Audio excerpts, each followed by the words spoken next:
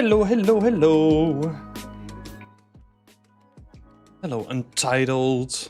Hello, Charlie. Hello, Drunken Noodle. How are you all doing? It's good to be back into the swing of things. Hope you all survived without me last week.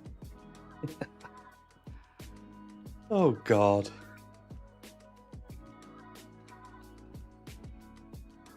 Hello, Jose. Good to see ya. Good to see ya. Welcome, welcome.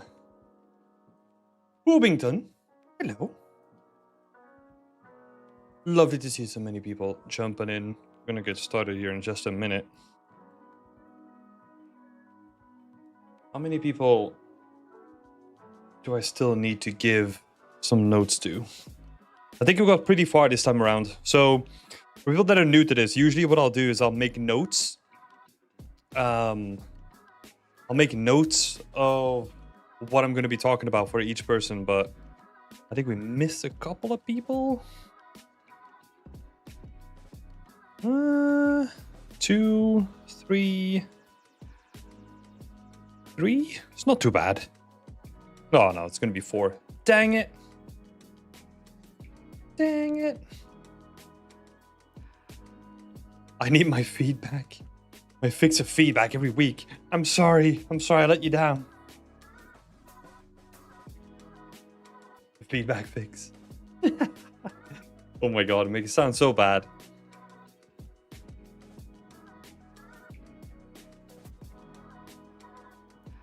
Let's have a look. I think we got everyone here. Like all the people to give feedback to, I think. Yeah, we missed a couple of people, but that's nothing unusual. We'll make it through it. Some cool stuff to look at this week. I mean, like every week, you know? I feel like every week is a bunch of cool stuff that we get to look at. So let's have a look. First, let me give you a little bit of an update. Well, first, let me put my face on here, you know? Which one? Start with this one. Hello, hello. Good to see you all. Let's declutter the room just a little bit, huh? There we go. Website update. So that will come later. Got some news on that too. But first, as you've all have seen, we've got the new workshop from YouTube out there, which is awesome. It's honestly probably one of my favorite, like, well-explained workshops out there that we've personally done. I'm really happy that it's finally out there. Oh, sorry. Oh. Really happy that is finally out there. So go and enjoy that after this. Yeah, really happy that that's out there. Really nice. Let's see. Yeah, but let's see. So, website update.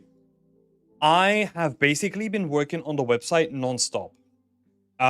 Because some people have seen in the community Discord that I ran into an issue where we ran into limitations on the way that we wanted to do things. Be more clear, the way that we always wanted to present the course was as a skill tree, right? So it was supposed to be like, hey, you start here in this node and you make your way through a bunch of nodes to get to like the node that you want to get at, which sounds really cool.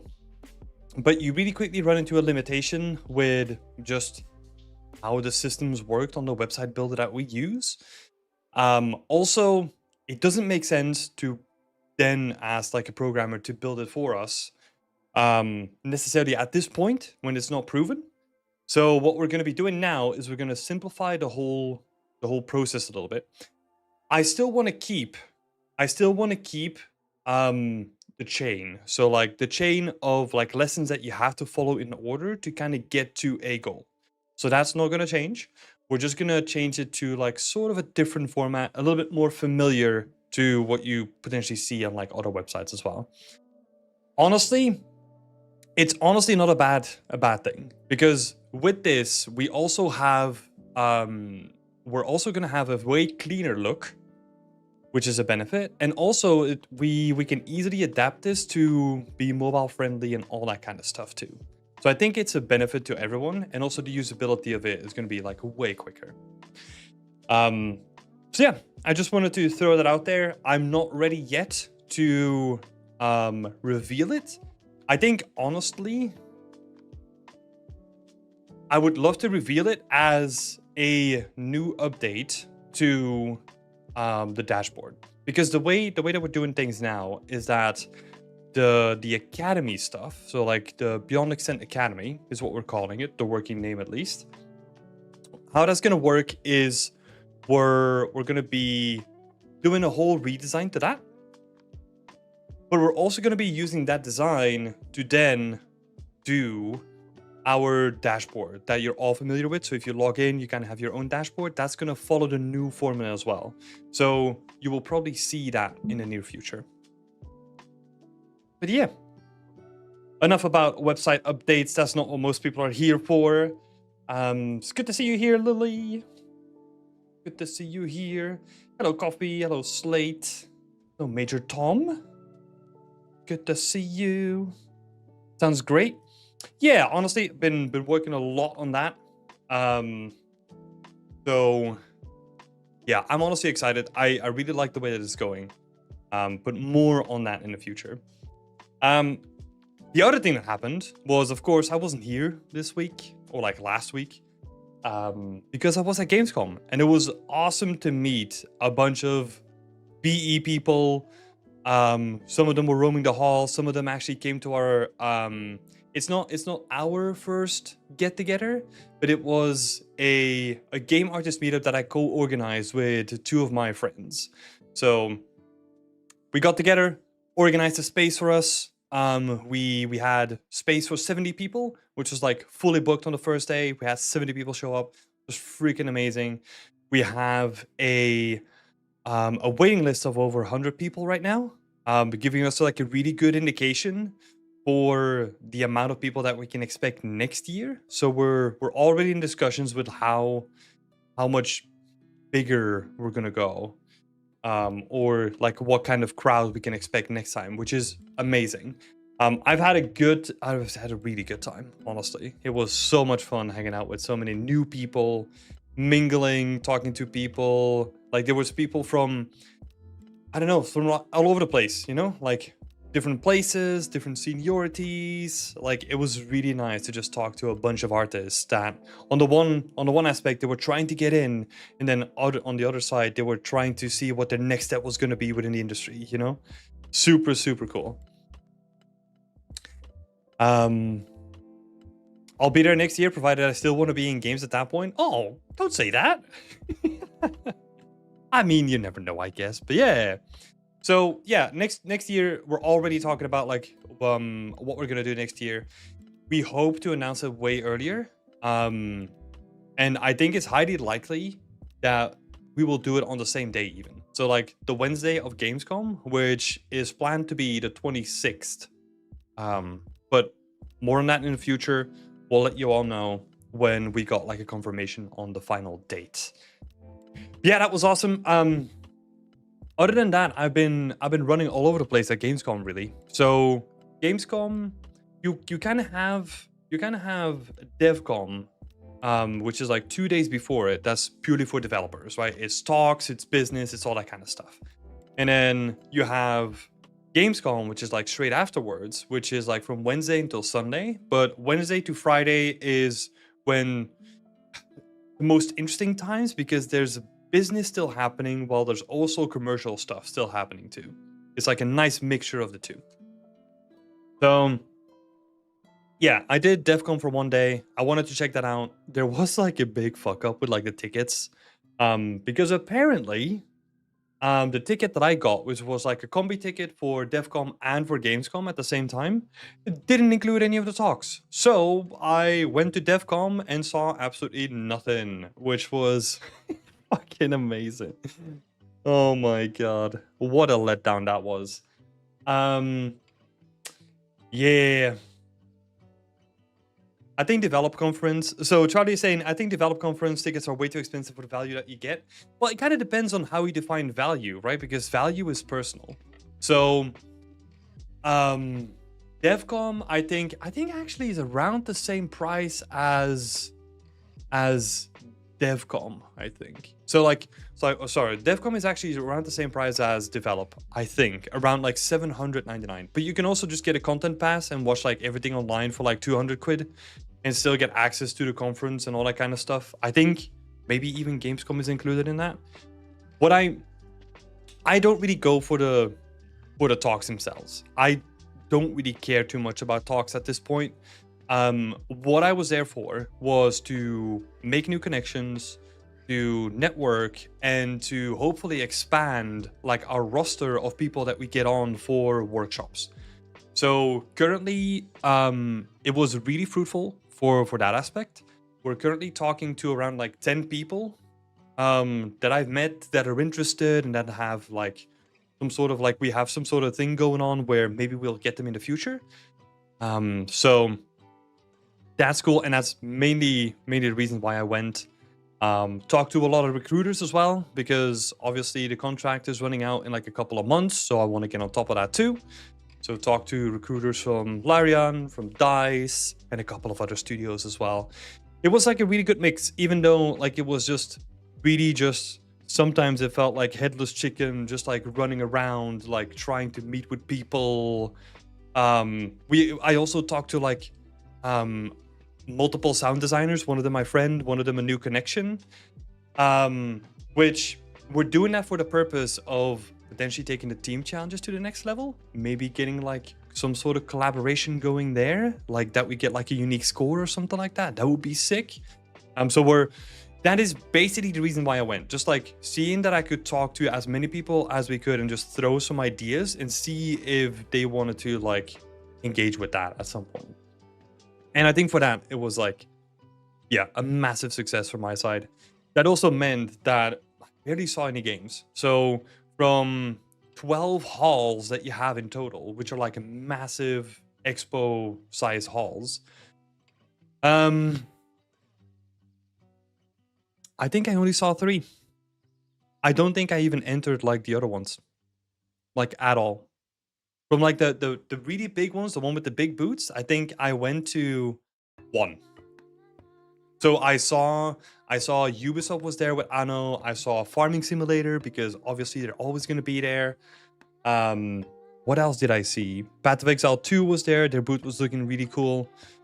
That was about it. And then the rest of the time we just spent like checking out indie games, talking to friends that were like showcasing their indie games, and like they were running booths and all that kind of stuff. So it was, yeah, really cool. I also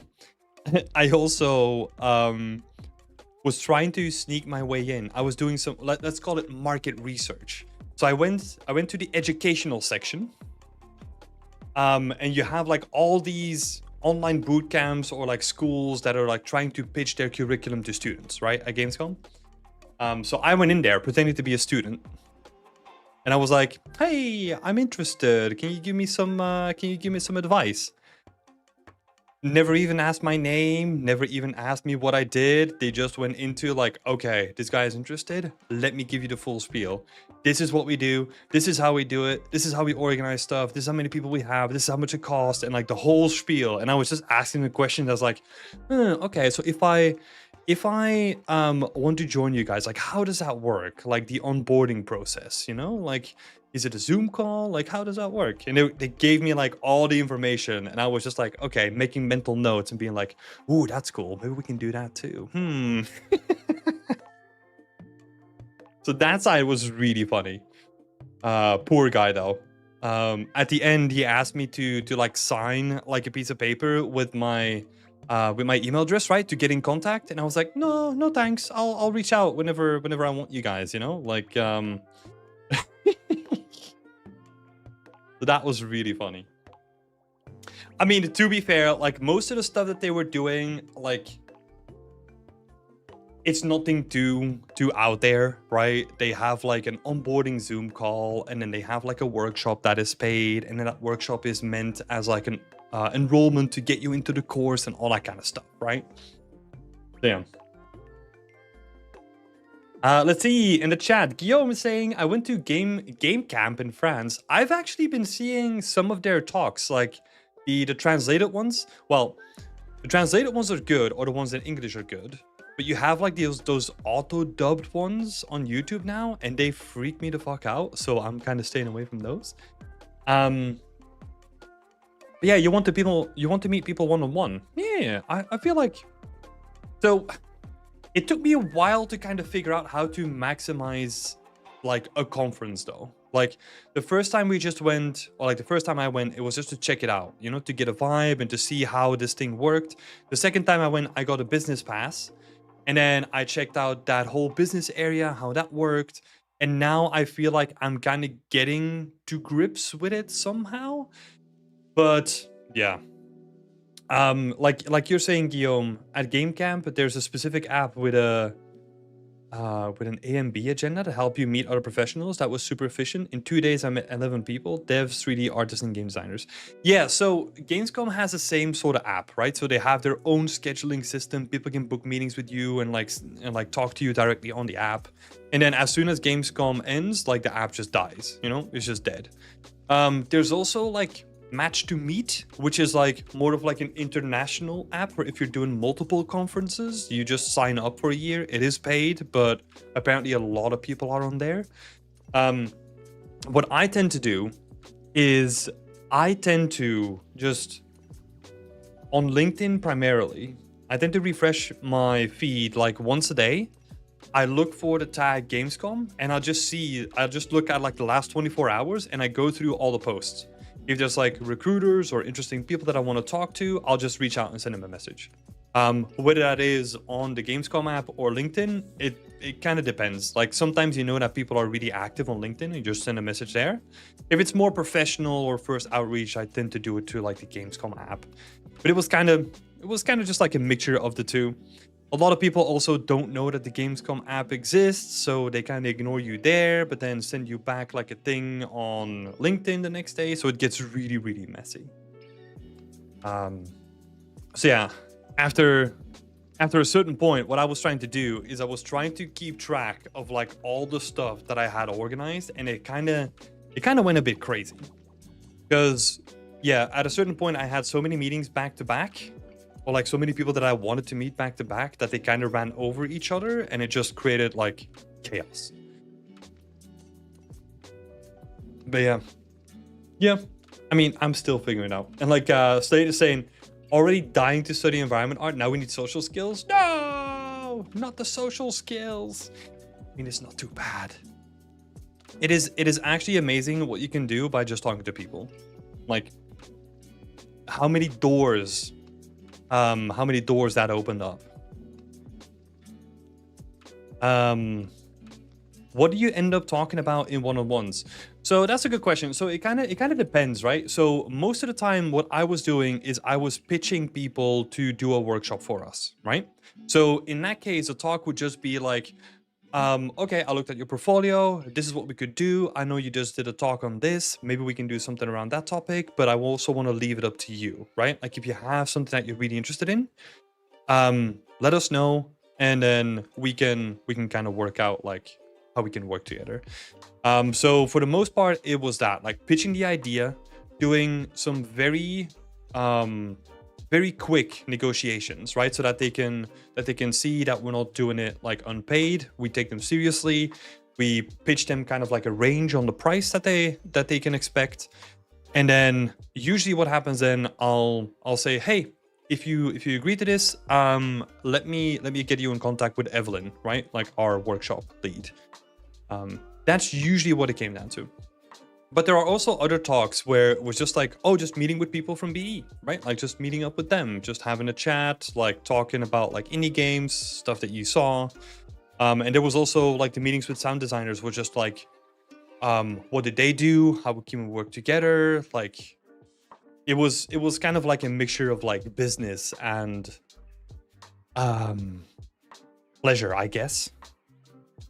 Not pleasure, but like non-business. Hey Omar, welcome. Undercover boss here. Oh, it was so funny. I had so much fun. I was really asking him like a bunch of questions, just like very specific things where I was like, how do you guys do this? Lily is saying, yeah, I noticed networking was a lot easier on DevCon than Gamescom. People just come and talk to you and want to link up on LinkedIn and chat and all that. Yeah, I think that's true. I think when you are at Gamescom already, like you either have a meeting scheduled with another person in one of like the business areas, and you usually go there, but there's no real dedicated place to like say, hey, look, just come and chat with me. You know, that it doesn't feel like people do that in the business area. It's more separated. It's more for like pitch meetings where like smaller devs go to pitch their game to like a publisher or something like that, right? It's very, very business to business. But yeah. In 2 days, I met with 11 people. Yeah, I think there was one day where I met up with like 8 or something like that. And then the next day, honestly, I took it like way more chill. Because, so the way that I planned it out was like, Tuesday was going to be stacked. Tuesday was going to be the majority of the meetings. So I literally stacked people like as close together as I could. Talking to speakers, talking to people that I wanted to, talking to some people from BE as well. Really just stacking them all together. And then Wednesday, I tried to kind of condense it towards the afternoon because I wanted to spend time just exploring the merch and all that kind of stuff. Because on Wednesday, it is the chillest day at Gamescom. Like, I'm not going to squander an opportunity to walk around between all the merch and checking things out when it's not that chaotic yet. So, yeah.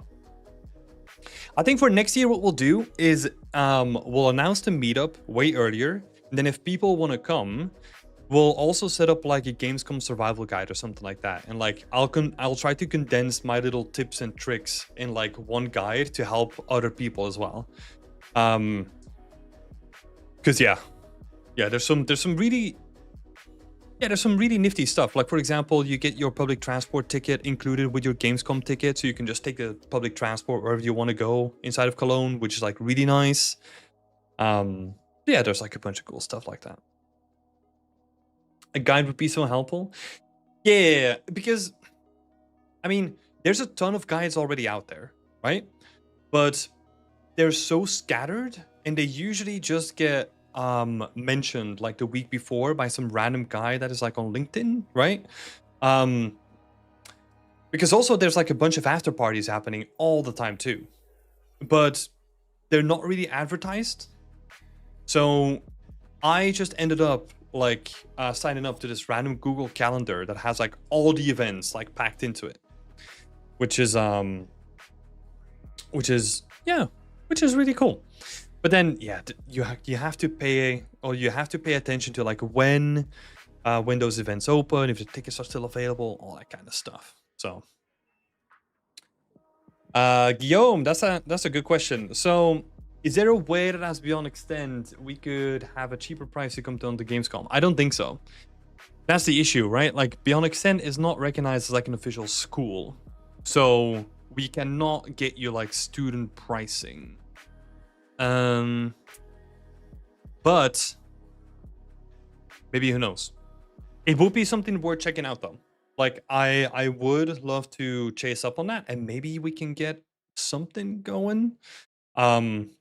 I also thought about potentially doing like a little BE sponsors, or like a BE roulette where like a person that really wants to go to Gamescom, maybe we can sponsor something or something like that. I don't know.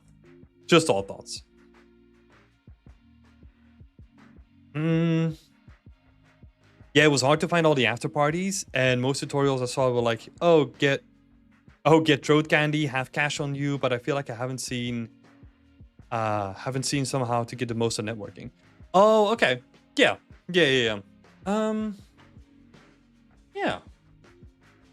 Yeah, that's true. Yeah, most of the stuff that I've seen is literally about how to get around. There was one good guide that I saw like a couple of days before I went to Gamescom, And it had like all these niche things. Like if you want to meet up with random devs, go to the lobby of the Dorint Hotel, which is like across the street of like one of the entrances at Gamescom, because a lot of people tend to gather there. And it turns out that we had a meeting with one of the recruiters at that hotel, and literally just a bunch of people just sitting in the lobby, all game devs, just like talking about like random stuff. I mean, it's business, and it's a mixture of people, right? Mostly business, but it was really interesting to see that there's like a couple years in, I'm still discovering these like little pockets of like, oh, I didn't know about this. Let's go and check it out, you know?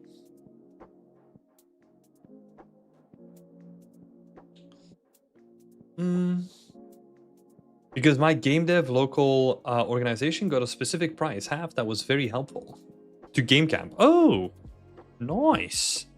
Yeah, we will definitely have to look into that. That would be good to think about. Carolina is saying, I usually dread networking events because I always feel like my portfolio is never good enough, but I suspect that being likable and easy to talk is probably a big plus as well, right? Yeah, so here's the thing, like with networking, when you already have to bring out, well, there's specific networking events, right? So there's networking events where you go specifically to get portfolio reviews, which definitely make use of them. But most networking is not done through your portfolio, right? It is, honestly, the majority of it is just done to having a genuine conversation about just random stuff, making a good connection, and then just connecting to each other like on LinkedIn and kind of keeping up like every now and again, right? So for example, I'll give you a random example, right? So we went to an Irish pub, and it's known for being like the game dev pub around Gamescom, right? So everyone kind of goes there to kind of catch up, talk to each other, and blah blah blah blah. It is packed.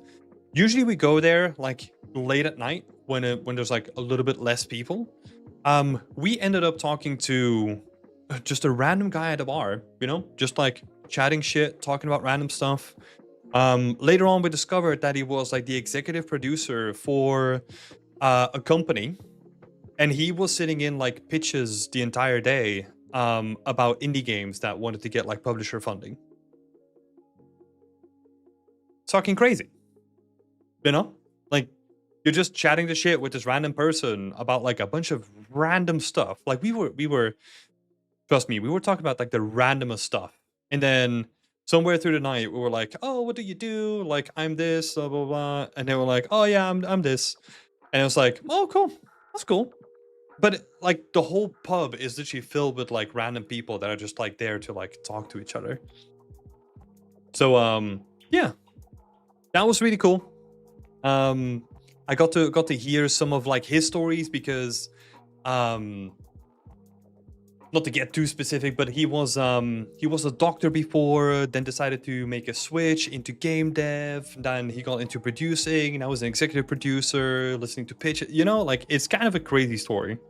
And those things, like just talking to people one on one, that's how I prefer to make connections. You know, like you listen to someone's life story, you get a connection, and sometimes you don't, and that's fine. You know. But yeah. Doctor to game dev is a crazy transition. Yeah, so we made the joke of like, what was did he do another job? I can't remember. Yeah, so we made a joke of like, oh, did you literally just look at like the Google list of like jobs that most people hate? Because I think he was a dentist before, right? Like everyone kind of hates a freaking dentist. And now he's an executive producer, and we're like, well, everyone hates those too, so you're going for like, I don't know, you're going from like bad job to bad job, you know, just to make fun of it. Oh, yeah, but it was fun. It was fun. Portfolio reviews in real life? Yeah. I think some people also did that at our event, even though like we didn't really want that. It was pretty chill, honestly. But like usually like networking is not where you go to ask people about your portfolio, right? Like if it comes up, it's fine, but yeah.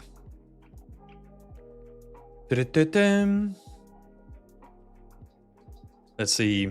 what are people saying? I like the chill networking events that don't feel like, please hire me, here's my game pitch. I always struggle with self-marketing, especially when I feel like I need something from them. Well, here's the thing that usually helps me, right? Because I used to go into events like this as well, where I was like, I'm going to talk to that person because I need something from them. I don't think that is an effective way of marketing, not as a person, right? As a business, it's different because everyone has their business cap on and everyone is business minded, right? So it's fine if you then barge in and say like, hey, look, we delivered this. We saw that you're in this business too. Let's work together, right? That's win-win. What happens though is if you're doing this on a personal level, like most of the time, the people on the other end, especially on those after parties, they just want to chill. They had like a really, really difficult day or like a really busy day, right? And they just want to chill afterwards. And now you're coming in like all sweating and stressing, and you're like, oh my God, I need this from you. Please, please, please. Right? I mean, I'm not saying that that was the case, but I may be thinking back at the way that I approached it. Because that's who I was as well, right? Like, yeah. I think for me, what changed is when I stopped thinking about it as in like, oh, it's a transaction. I just wanna make a connection, right? Carolina is saying, I didn't expect to be asking people about my portfolio, but I felt like portfolios would come up eventually, as in people wanting to see each other's work to get an idea of them as artists. Yeah, I mean, so like if it comes up in that way, that's totally fine, right? Like if it's I feel that it happens more between juniors. Maybe I'm mistaken, but like I've never had a chat with a senior where I was like, hey, can we show each other's portfolio? It's usually like, oh, we worked on this. Oh, that's cool. You know? And like we kind of get that out of the way like relatively quickly. But like I said, right? Like there's nothing wrong with doing this stuff. But yeah, I can definitely see it coming up more with juniors because, first of all, and this is totally normal, right? I'm not saying this as a bad thing, but your self, how do I say this? Your self-worth is so tied into your art at that point still that you still need to find a way to like separate the two efficiently, right? For most people at least. So that is also the way that you communicate with people, right? Like that's where you show like, hey, look, I did this. And then they're like, oh, cool, I did this, you know?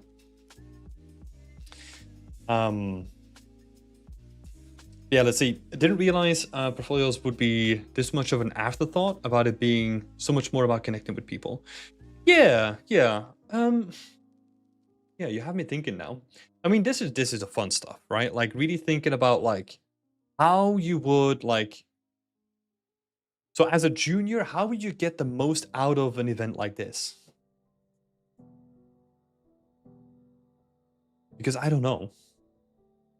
And I feel like if you want to write a guide about that next year, that would be good to figure out, right?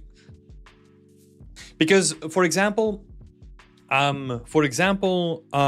depending on your gender, your ethnicity, or whatever you may be, there are specific meetups that cater to those specific groups, right? And usually, if you want to build strong connections, you go to the place where you already have like one solid connection to like lean on, right? So for example, there's the Women in Games breakfast, right? Like only accessible to women, makes sense. Go there if you're a woman yourself. There's other meetups like the one that we organized, right? Like it's catering towards artists, so it's kind of severing like, hey, we don't want business people there, we just want to have artists communicate with each other. Like finding those groups that you can really belong into, I think that makes sense. So that would already be a good thing for maybe adding into the guide. But honestly, I think from my perspective, how do you approach this? Because I feel like it's weirdly enough, it's easier when it's just business, right? Because I have no issue sending someone a message about like, hey, look, we're looking for more workshop artists. Let's meet for a coffee, bro. And then meet them like 30 minutes later, right? But if you if you want to connect with someone on, like, let's say the Gamescom floor, that is going to be trickier. So yeah, I'll have a think about it. Truth be told, I have skipped 1 or 2 occasions to network because I felt like my portfolio was not there where I needed to be to make an impression. Sounds like I need to rethink the whole thing. Yeah. So, are we talking about networking as a junior? Yeah, I guess networking as a whole, right? Because I just came back from Gamescom, did a whole bunch of networking there, and then we were kind of just discussing, yeah, networking as a junior. Yeah, but never skip out on, like, occasions to network when you think that your portfolio isn't good enough, you know? Yeah, I wouldn't necessarily do that. The thing that I love. So here's, hey Tadine, we'll get to your question in just a second. Sorry, I skipped over the question before. But yeah. What was I gonna say now? Dang it. I was gonna bring something up. Dang it, completely forgot it now. Well, doesn't matter. Maybe I'll come back. Yeah. Yeah. I think going to meetups where I already know 1 or 2 people is where I have the best time. Yeah, having someone to go with already, right? Or have, like, some sort of connection, that's always to the benefit, right? So, yeah, that always helps. I do enjoy the randomness of going to a meetup where you know no one, though. And then just talking to people, and if it doesn't vibe, you know, you can just go to another place. You know, it's just like, okay, cool. I'm just gonna talk to those people now. Nice to meet you. Because sometimes it just you don't have a connection, you know? They are, like, really nice, but it's just like, I don't know, there's something about it that is just like, oh, maybe they're not your person to talk to today, you know?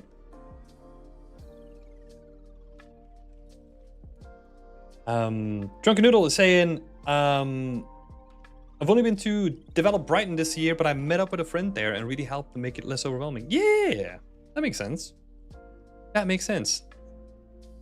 See, but this is also where different personalities come in, right? You have, like, the social butterflies, you, like, fly into, like some of these conferences and make, like, a shit ton of friends, and then you have, like, the opposite where it's like, oh my god, I'm in my shell, like, I need, like, another person to help me get out of it. And both of them are valid, right? Just recognizing which one you are and then playing into it, that's where it becomes fun.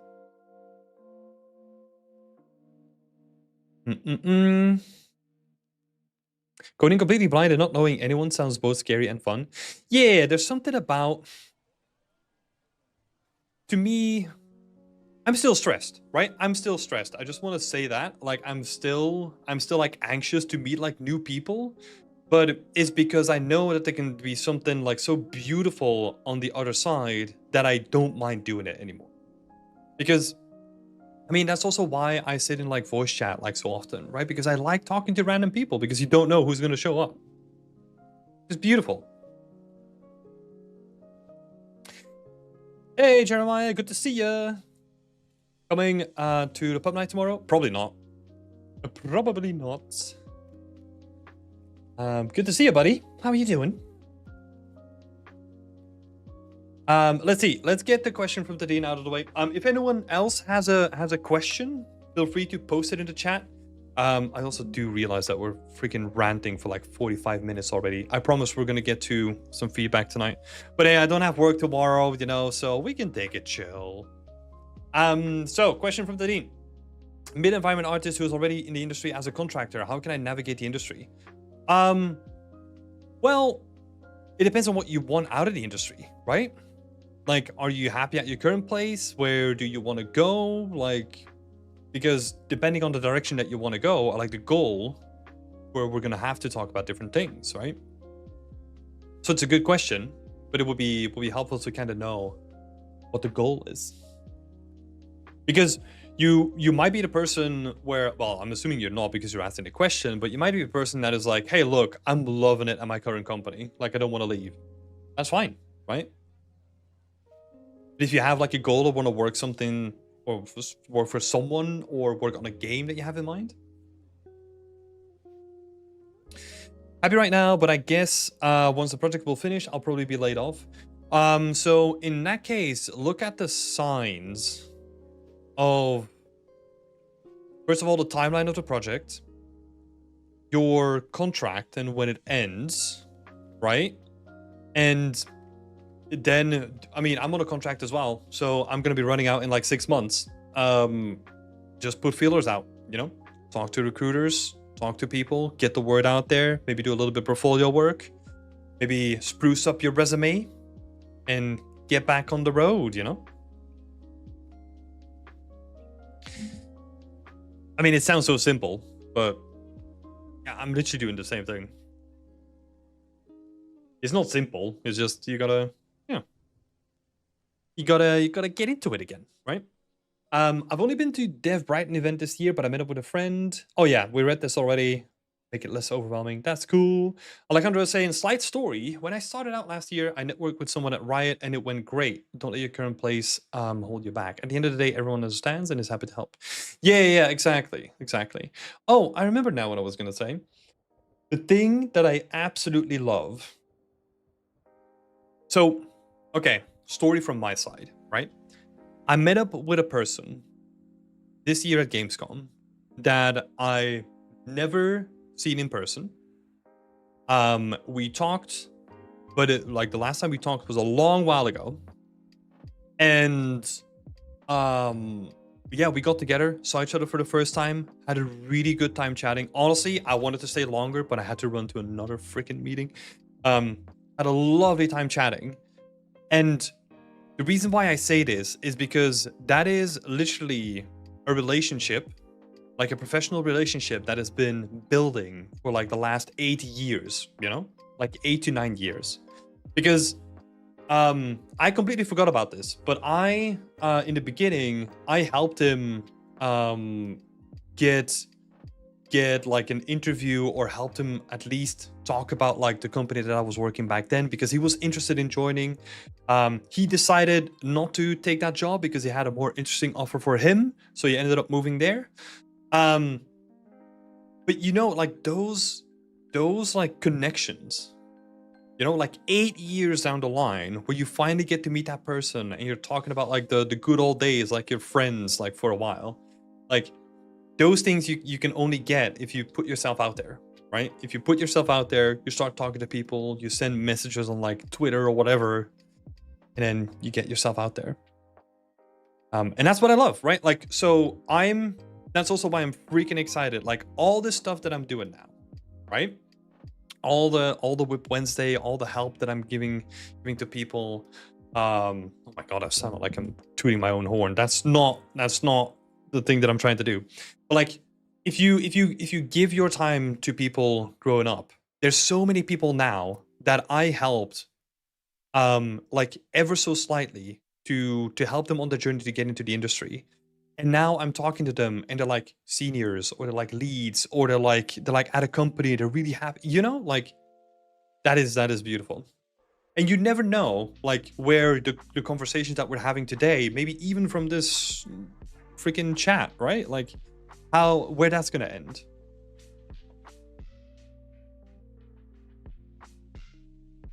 I'm also one of them. Yay! Well, it's not only, dang it, I didn't want it to seem like, oh my god, I'm helping you guys, you know? Like, no, I'm also saying that like in this case, what might happen is that a little bit of help that I've given could also have like a giant return in the future, right? Where, for example, go to a company and there's already someone there and they're in a position where they might put in a good word and all that kind of stuff, right? It's like the industry is so small that like all this stuff pays off. Giving people that extra 5% seems to go a long way. Yeah, I think so. Yeah, because it's like the most valuable thing that you can give to people is your time, right? Like just give me your time. And I feel like sometimes I'm debating if I do it enough, because everyone kind of gets to that point, I guess. But yeah. Let's see what else is there. So speaking of portfolios, let's say someone has made a nice AAA quality project but has no past experience in the jobs industry. Can they still apply for a senior job placement? You can apply for anything you want. No one can stop you. I think you even should. You know, not necessarily to get that job, but to get the job that they're thinking about giving to a junior, but is not publicly available yet, if you know what I'm saying. Sometimes what happens is you apply to a senior job and you make such a kick-ass portfolio piece that they're really impressed. And then they're like, ooh, actually, we are thinking about hiring a junior. Maybe we can shift that up by like a week and maybe talk to them as well, right? You never know what's going on behind the surface.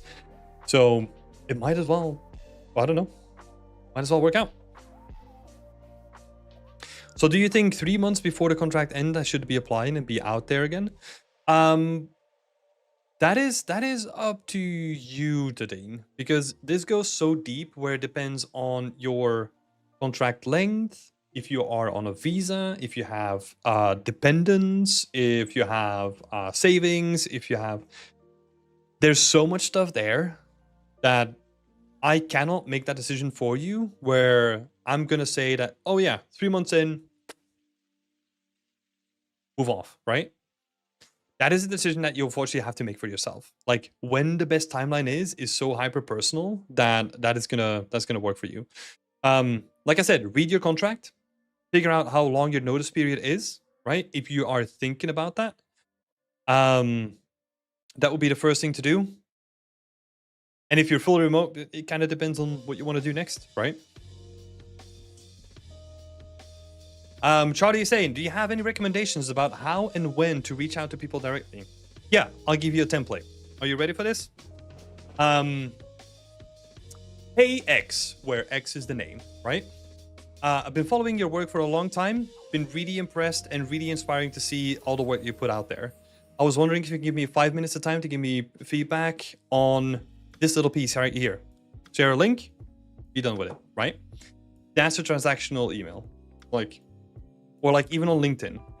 You don't wanna spend like too much time waffling about. You just make it short and quick, respect their time, keep it really short. If you want to get something else, right? Like this was like very transactional. But yeah, what happens most of the time is that we tend to overthink all of this stuff, right? It's like, oh my god, what do I say? They're like in a higher position than me, blah blah blah blah. But like what it comes down to is literally they're still human, you know? If you're just polite, you respect their time, you make it pretty quick, that's all you can do, right? Give me a job. Well, you can try. I mean, look, sometimes you have to figure things out by yourself, you know? See how that works, and then we can talk about it next week. I know. I've done some stupid stuff like that in the past though. And it's fine. It's fine. Like if you make mistakes, it gives you an opportunity to learn, you know? And sometimes you embarrass yourself in real life. And yeah, that's fine. You can recover from that. Sometimes, so what really helps is don't take yourself too seriously. That has helped me a lot. Where like, if I fuck up or I fall or I do some stupid thing, I'm like, oh, fuck, I'm being so clumsy again. Dang it. You know? And it's like, immediately it breaks the ice. And it's just like, just lean into it. Still human. Still gonna fuck up. You're still gonna stumble. You're still gonna slur some words. You know, it's fine. It's fine. Networking in person. This is from Rubber Ducky Girl. I love the X's. It takes me back to the old social media network days. Networking in person is fun because you already have games in common. Yeah, exactly. Like if you are at like a conference and you're standing in line for the same games or something like that, that's when it's fun, right? Because you already have something to talk about. Or if you go to a conference and you go to like a meetup that's specific to a certain group, you can already be like, hey, talk about like the struggles that you had, or like the benefits that you had, or whatever, right? It gives you something in common. Especially if it's in your nature to not take yourself seriously. Yeah. The username is on 2007.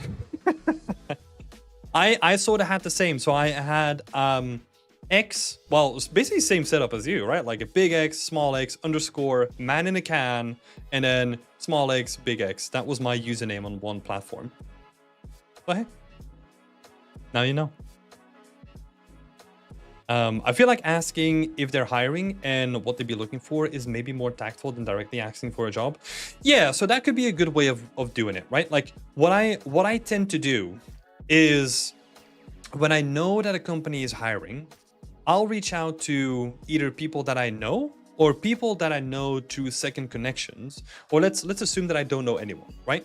I'll try to find an environment artist and then just talk to them and say like, hey, look, I just wanted to connect because we're both environment artists.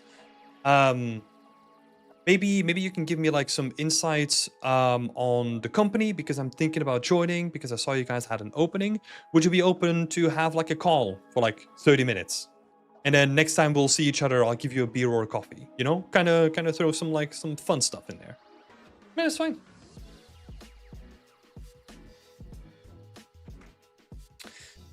Tim is way better than GPT with mails. What I tend to do with mails now is I will literally just like brain dump. I will literally put everything in the email and then I'll do a cleanup pass, you know? And the first draft is always just like, just like, oh, I need to say this, but it doesn't connect to the next sentence, blah, blah, blah. And this is when I'm talking about, for example, this morning I had to send a follow-up mail to one of the recruiters, right? With like more information about us, like our ArtStation link and all that kind of stuff. So it had to be like a little bit of a longer mail. And then I really thought about like, okay, how to structure this, you know? I remember reading Boone Cotter's article on how he got into Naughty Dog, and he was basically just being himself, and they loved him so much that they hired him purely out of honesty to himself. That has honestly been my my thing as well. I don't know. Yeah, I mean, look, I feel like to a certain degree, like if you're really honest with the people that you want to work for, they know that if you are honest and you are interested in the job, that you'll take it. Right? There have been job opportunities that I was in the office, like I was sitting face to face with them, and they just asked me about like, oh, what do you think of the offer? And I just told them like, oh, it's pretty disappointing because of this, and that, you know? And then, yeah, sometimes that happens too, but it's fine, right? Because if the offer is already disappointing and the negotiations, like you can't even get traction in negotiations, then it doesn't matter if you get the job or not, you know, because you never were interested in it in the first place. And that's fine. That's fine. And then sometimes also, especially in the beginning, you kind of have to get good at some sweet talking, you know? Like sometimes it's about like selling yourself without feeling like it's too icky, you know? Doing some research on the people that are going to be sitting across of you. That is also a very important tip. Know who you're talking to. Because if they're interested in something, if they just finished a personal project about X, you maybe have like a common ground, right? And you can make use of that. Like you can engage with them on that. For example, if they did like a personal project that was about Alien and you freaking love Alien as well, you can talk to them. Talk to them about it in the interview, right? And make a connection there. Yeah. Yeah, would be something to potentially think about. Yeah. Lots of brain power. I'm thinking about a lot of stuff now because we are doing like the refactoring of like all the resources, right, that we have on the site. So yeah, that could be good. Maybe add that into like interview tips and stuff. Or maybe you contacted them asking about like how you achieved a certain look or workflow and go from there. Yeah. The thing is, and it applies to like a lot of stuff, right? Where it's like, You try, and if it doesn't work, you try something else, right? And the same thing happens here. Like sometimes you'll try the direct approach, and it's like, ooh, that didn't work. Okay. Maybe you try it to a couple of people. Doesn't work. Okay. Let me rethink what I'm gonna do with the next person, right? And then you kind of keep doing that until you kind of have refined some sort of like workflow or like template that kind of works for you, right? But you just refine over time.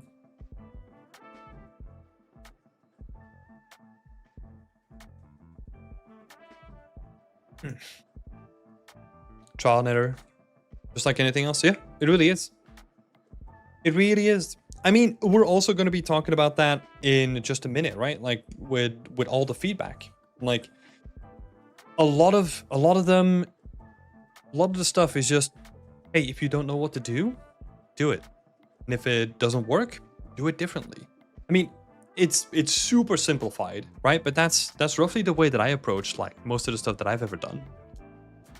Both professionally and like personally, right? Like if I'm on the job, there are times where I'm just going to be like, hey, I have no idea how this is going to work. Okay, I'm just going to try one thing. If it doesn't work, I'm going to try another thing, right? And try to do it in the cheapest possible way. And then see where you go from there, right? Yeah. Actually, what I'm afraid of is day one in the job. It's fine. It is stressful because you finally made it in and all that kind of stuff. But honestly, your first day is going to be boring as shit. I can promise you that. Because it's literally just going to be IT setup. They're going to give you like a laptop. You have to set up your password. You have to read documentation. Your first day is going to be the most boring one out of all of them. Trust me.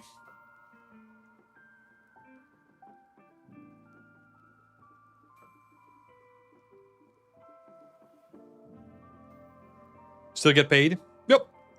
Still get paid. Still get a paycheck. All right. It is time. If you have any more questions, feel free to ask in the chat while we dive into some feedback. Cool. You know the drill by now. For people that are here, feel free to raise your hand and we'll start with you. And then we can get going from there. Yeah, let me see. We got, how many people do we have today? I think 14, right? Is that right? Oh, I want to be able to scale my Discord, please. Drunken Noodle. Oh God, Drunken Noodle. Who are you? Who are you? Fuck's sake. We got Lily, we got Alejandro, we got Long Pig. Cool.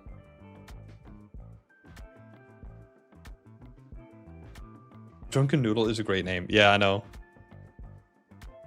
It is a great name.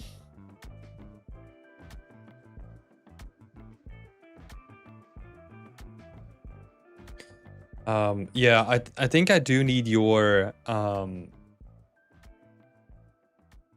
honestly, I can't even remember why it was created. Well, it sounds good. Just lean into it, you know?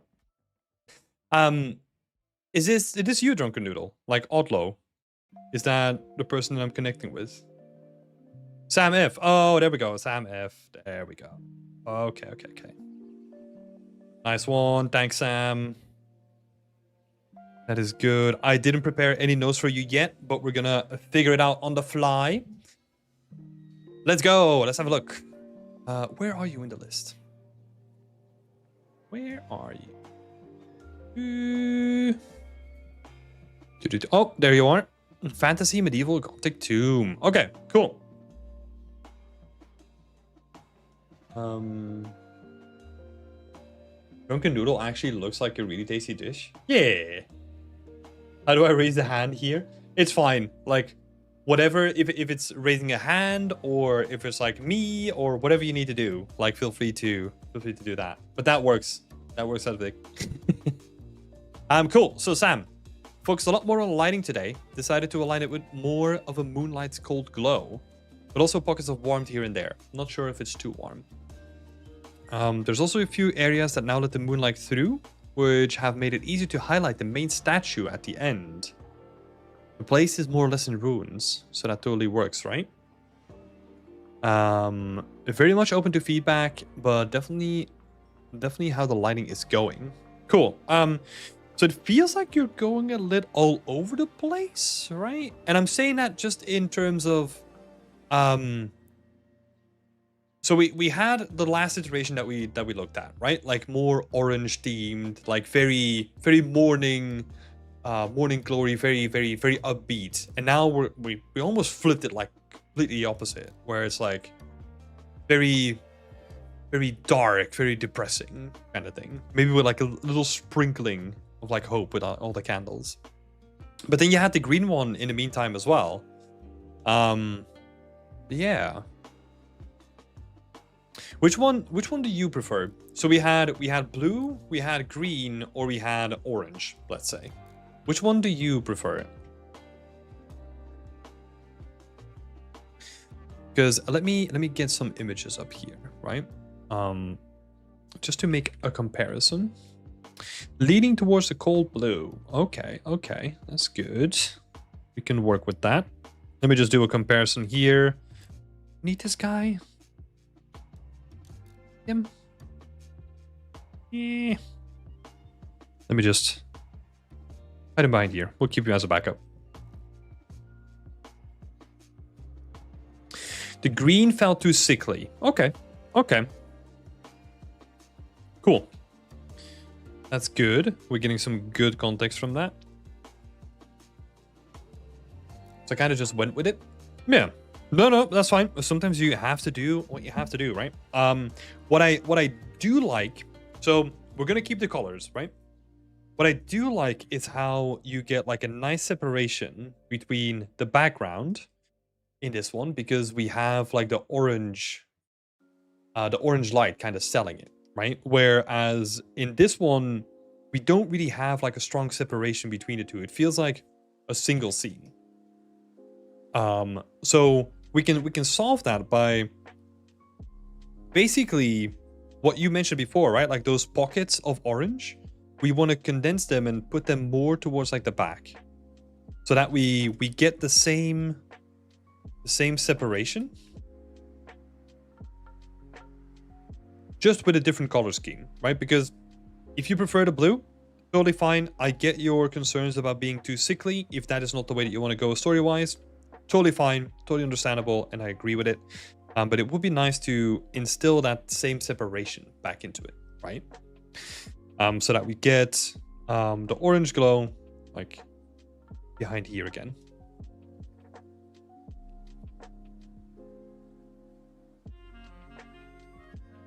So we can do that.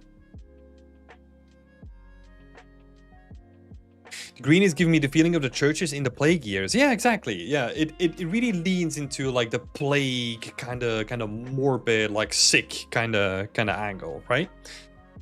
So if you don't want to do that, I can totally get that.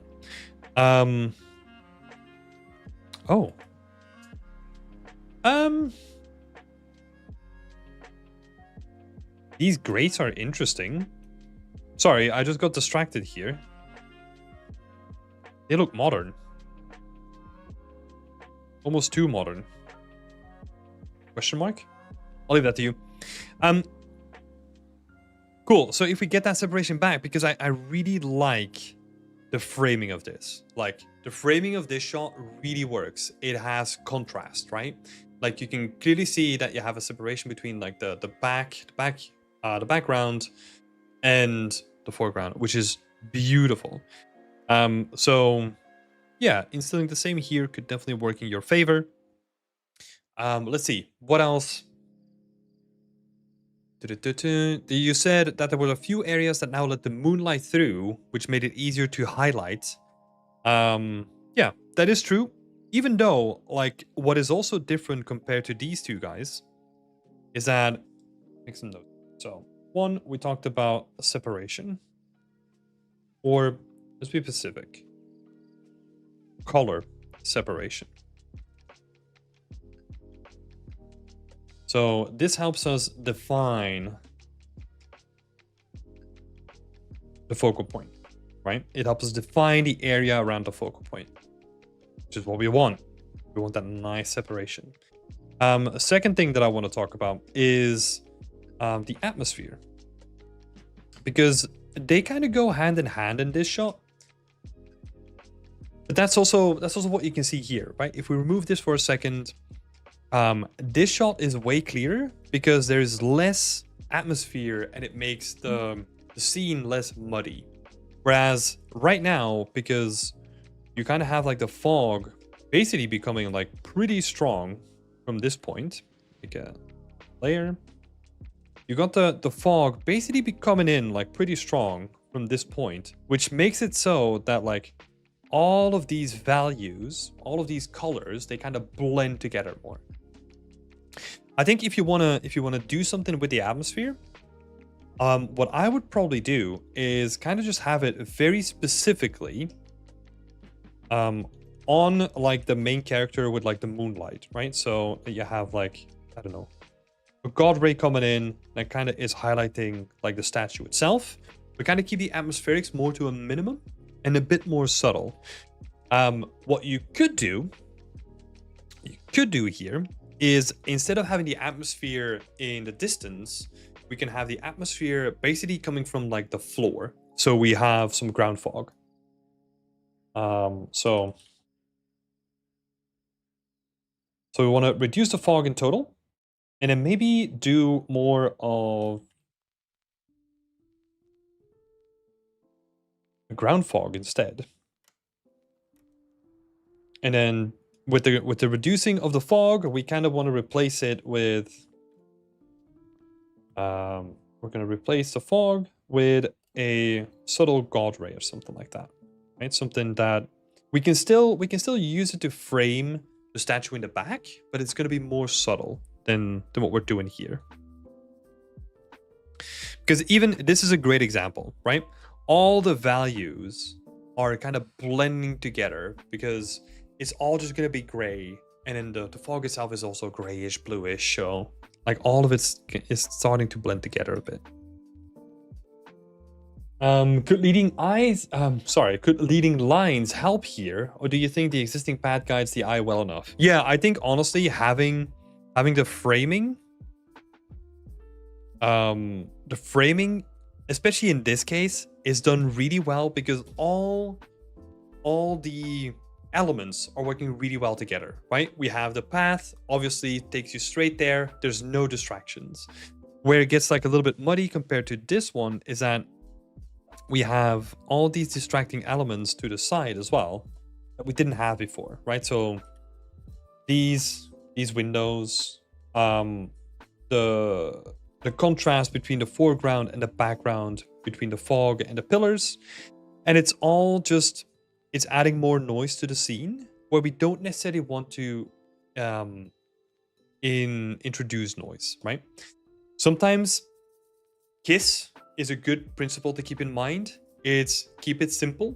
And if you want to add a second S, it's keep it simple, stupid. I think that's the original, but keep thinking about that principle. Like sometimes we tend to overdo it so much and we just add like cool shit to it, you know, that we lose traction of the fundamentals of what makes a scene like really strong. And you got like really, really solid fundamentals, right? So you can add more flavor into it, but you kind of want to retain as much of that fundamental stuff as possible. So yeah, good stuff. Druganoodle saying, I'm very guilty of making things muddy. I'm guilty of too much noise as well. I think the two kind of go hand in hand. I feel like your noise when it comes to texturing and all that kind of stuff is actually really nice in the scene currently. The way that you balance it is pretty good. I think most of it, honestly, just comes from the lighting at this point. Lighting and then potentially secondary like the atmospherics, but those are like easy things to tweak, right? Like with the atmosphere, I'm literally talking about like sliding one slider a little bit more to the left. That's it. And then with the lighting, just moving a couple of candelabras or changing lights. That's it. So the actual action points is not too difficult. It's just more being conscious about like what is happening on a fundamental level, right? It's one of the things I find most difficult, to be honest. It is like it's not easy to have a whole scene and then finding a balance between, okay, how do I light this realistically, and like how do I then also incorporate like all the assets and all the candelabras and all that kind of stuff in there, right? So it's good that you do in iterations. Honestly, the stuff, I hope that it didn't come over as like negative, like the multiple variation that you did on the lighting. That is the way that I work too. Sometimes what I'll do is, I know that internally something is not clicking. What I'll do is I'll just scrap the entire thing, scrap all the lights, and just literally start from zero, and then see if I can build it up better. And sometimes it's also fun. Like the way that I work tends to be like very chaotic, you know? And I tend to make like multiple iterations, take screenshots, compare the two, and like, yeah, that's where the fun is for me. Ground fog sounds like a fun idea. Maybe you could gradually increase in thickness and it goes towards the statue in the back. Yeah. Once you got it set up, like you can kind of play around with it, right? Cool. But yeah, I think those are like the two main things. The one thing that I'll say about the colors, it is obviously what you want to do with it, right? Because think about the colors that you try to invoke. I personally felt that the green one is more attractive to me, but I do want to say that with the caveat, because I've seen and used orange and blue so many times myself that sometimes it's nice to see something different, you know? So don't take that as like, oh, I need to change this, because that's not valid feedback from my side. Cool. Good stuff, Sam. Yeah. Really nice update, though. Love the experimentation. Keep it going. And yeah. Looking forward to next week. Cool. A little reminder for people that are new to this channel. Feel free to jump in. Ask me any questions about working in game development, working as an environment artist, or any career advice, or maybe something you saw in the news that, like, I don't know, got your discussion bones going. Let me know, because I've been out of the loop for a week. So, let's see, who was next? Slate is saying, "Nice project, Noodle. Yeah, let's go." My turn next. No, Sadvik, you're skipping the line. Lily's gonna go next. Lily was second, then we got Alejandro, then Long Pig, and then Sadvik. Don't you be skipping the queue here. Can't be doing that. Okay, Lily. Let's have a look, see. First of all, pleasure meeting you. It was awesome to hang out. It's good that you're back in the saddle already. Freaking, there's no rest for the wicked. I love it. There's one question really. So let's go to your thingy. Skipping the queue? Nuh-uh. Exactly. Cool. So this is going to be relatively quick. First thing, I love what you're doing with the props. Really cool that you have like your little benchmark area going. Really awesome to see. I think they're looking pretty good. But the one thing that I'll say, here is that it's worth maybe adding a bit more polys if you're doing a separate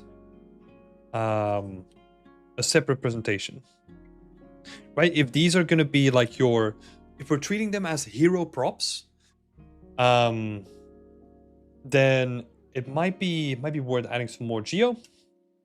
Oh, did you already get some feedback there? It's fine. It's totally fine. And if I'm gonna repeat it, then well, you got 2 times the same feedback. Let's see. So a little bit more geometry. Cool that you're experimenting with like the graphical elements behind it, right? What you could be doing, so I love the experimentation more with like design language. What could potentially be interesting is if you manage to find a way to tie it into the actual style that you're pulling from, right?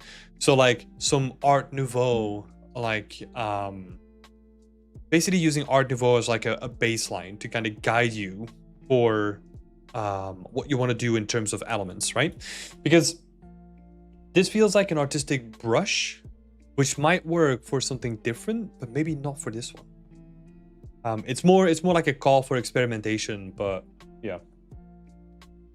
What is interesting to think about is how you can keep all the different elements, from the asset work to the presentation of the assets. Like, how can you keep that consistent, right?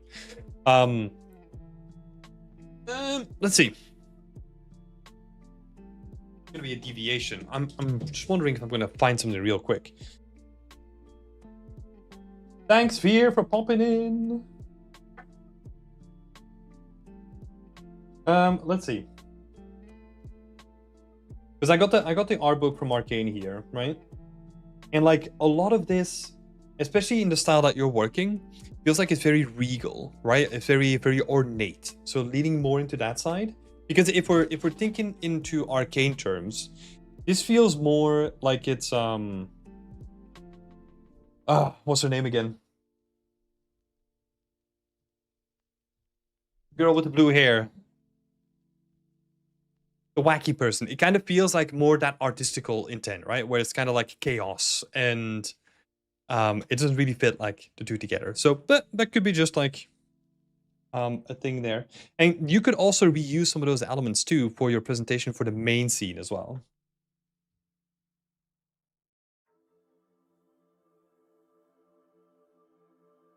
Jinx, that's the one. Jesus. I swear I love the series. Please. So yeah, maybe taking some inspiration from Art Nouveau would be cool. Let's see.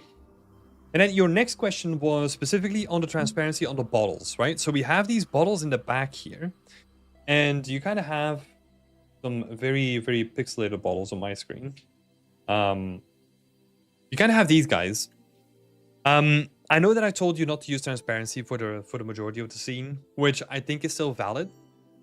However, if you have those like very iconic, very important things, you could potentially explore doing something with glass. So it's very reminiscent of the work that Evelyn actually did, or is doing for her little tattoo box. Let me see if I can find it really quickly. Because basically, I mean, the setup of it is relatively simple, right? In terms of mesh, you just have like an outside cylinder, and then you have like an inside cylinder for the fluid, and then you just have to do like a lot of material work to kind of make that work. Well, let's see. Whoop. Let's see. So there we go. Right? Something like this, right? Where you kind of have some like nice glass bottles. You can make it work. It's just when you're going to use it a lot in your scene, it's going to be very time consuming to get them all like looking right.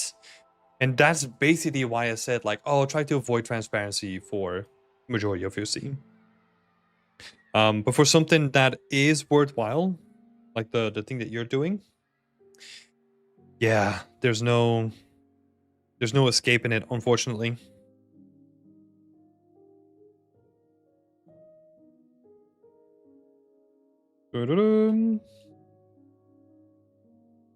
Let me just add this on top of here. Something like that could work. It is worth doing it. So yeah, I know that I scared you away in the beginning, but it can be done. You can do it. I believe in you. And it is a good use case of where you can use transparency without having to do it in the whole scene. So go ahead, do it. And if you got any questions, I mean, you can always reach out to like myself or Evelyn if you need some help.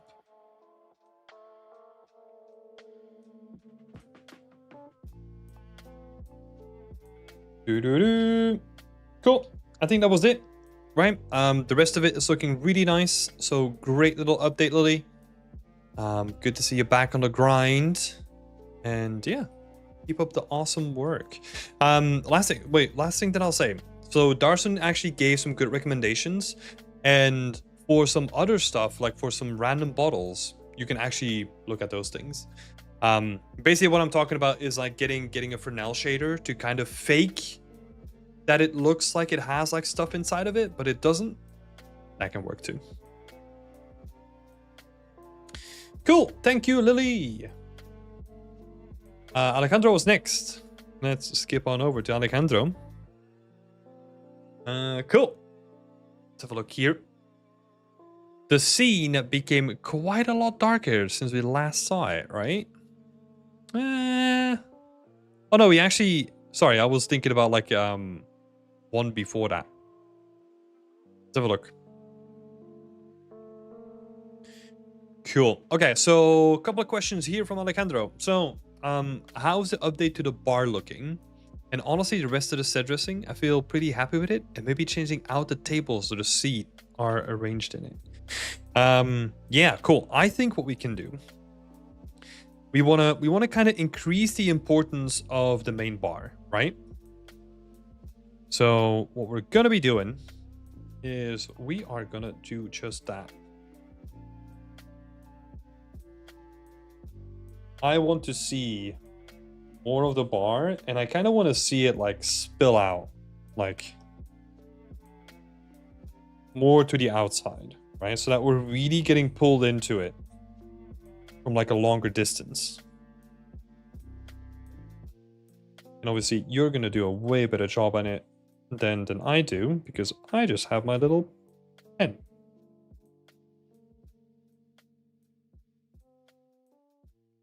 Really dark right now. Looking to change that heavily. Cool. I can't see the changes. Yeah, so basically what we're doing now is we're trying to increase the importance of the bar, right? So even if we were to push up the whole thing,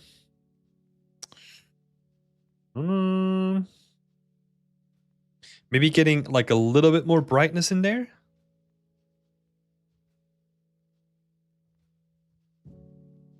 So that we're lighting up the place a little bit more. I think that would be good. I think that would be really good as a start. And then you got to be careful with some of these like extra lights, right? Be careful about this guy. Let me add some like warning signs. Be careful at how bright this guy is, or like how much attention it's basically going to be taken away from you, right? Hey, McVal! So those three you kind of need to be careful of because they are distracting from the main image.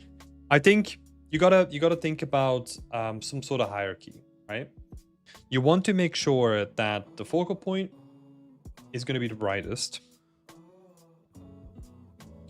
So your light,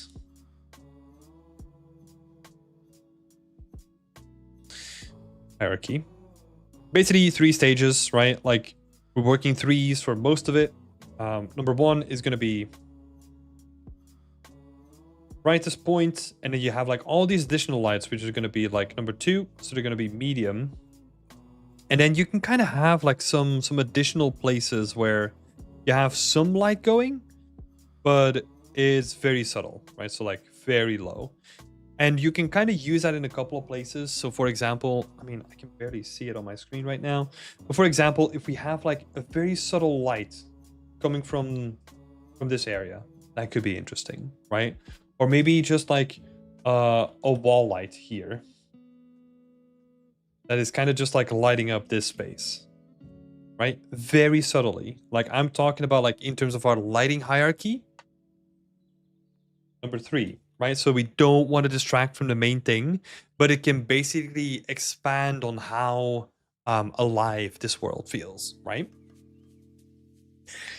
Those signs are test placeholders, completely fine. Except for the billboard, can always play around with that. I feel like I definitely want one of those signs, just maybe not neon or bright. I think you can have it, right? But you just have to make sure that in terms of the lighting hierarchy again, you want to make sure that this stands out compared to the rest. And you can do that in multiple ways, right? Like the easiest thing is to lower the intensity of the sign. Maybe for a neon sign that doesn't look too good. What you can also do is just change like the graphic that is going to be on the sign. Maybe something less like intense. Yeah, there's multiple ways that you can do or get around that, right? So I would say play around with some stuff. Yeah. Or also, another thing that you could potentially look at is that security checkpoint, right? Right now, it stands out because it's surrounded by black, right? You basically have a lot of contrast happening there. If you then make it a security checkpoint, right, which is a military control checkpoint, so you want to give the impression that it's well lit because people want to see what the hell is going on, right? So potentially play around with that, where maybe you can make the whole section, again, in terms of our lighting hierarchy, make this whole section a 2 or a 3, right? Instead of only the billboard, make the whole section maybe a bit more lit. I don't know, something to play around with.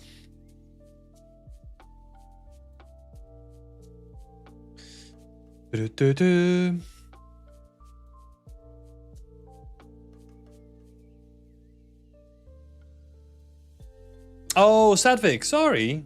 Oh, I think Savas is gone already. I only read that message now. So sorry to see that. Yeah, Nick. Okay, let me make a note of that. Next time when Sadvik is around, we can include him. That would be good. Also contrast happening, which can be distracting. Yeah, it's almost you kind of want to define certain areas that are going to be sort of the same value, right? Because honestly, like it wouldn't be bad to have like a bunch of like signs up here that are all like fully neon, and there's like a giant arrow pointing you towards like the whole thing, right? It wouldn't be bad because we're still condensing it to this area, right? As soon as we start breaking away, so for example, this guy or this guy over here, that's when it introduces chaos, because now you're forcing us to focus on two separate areas, right? So like the clustering of those elements can still work. You just have to, yeah, have to be specific, or like you just have to try out some stuff. Cool. So rest of the set dressing, right? Because yeah, we only spend a bit more time about the lighting. How's the update to the bar looking?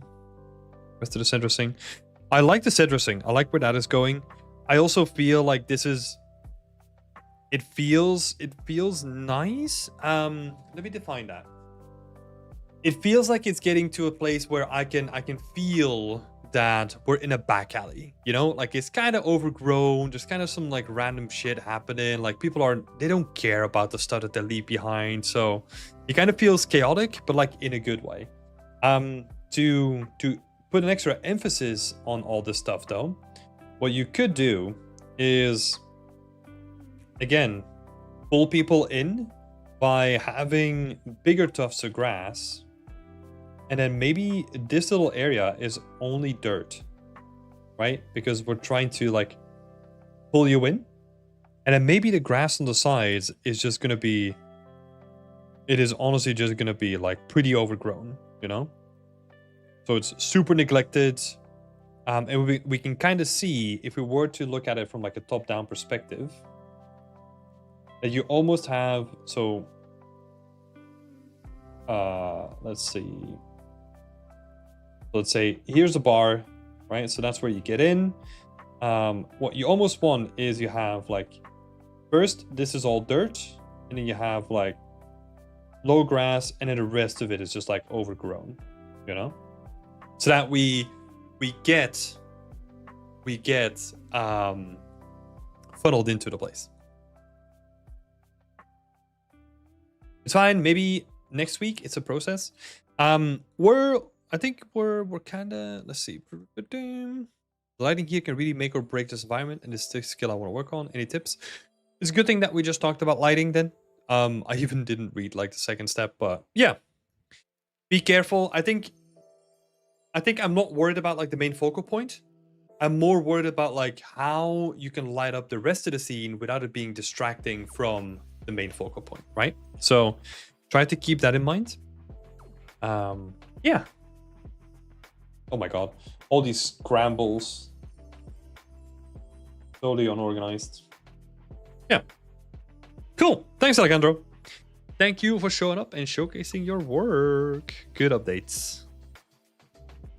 Cool. Sadvik, should we move over to you then? Because Longpig graciously gave up his place, so we can have a look at Sadvik next. Sadvik, you only have like one question, right? As far as I understood. There was a wall of text there, but I think it's only just like how do you approach texturing the big walls?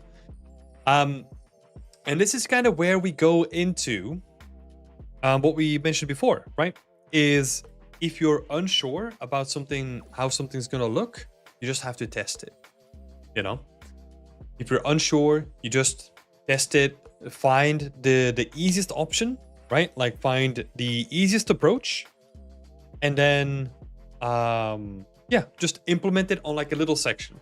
So what you can do in this case is say, oh, I am just gonna take this section of a wall, and this is gonna be my benchmark. How is that gonna look?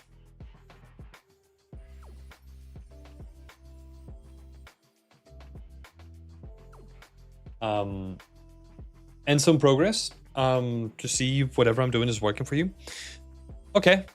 Feel free to ask that next time as well, right? Because it was kind of hard to tell from like just the big block of text. My recommendation is try to separate out the questions that you have for me.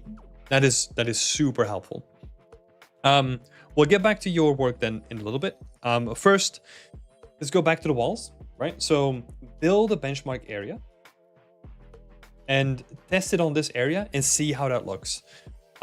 Because depending on what you want to go for, there's multiple options, right? Because I would be inclined to be like, that is a large surface area. So I'm going to be looking at like, okay, how would they build a wall like this? Oh,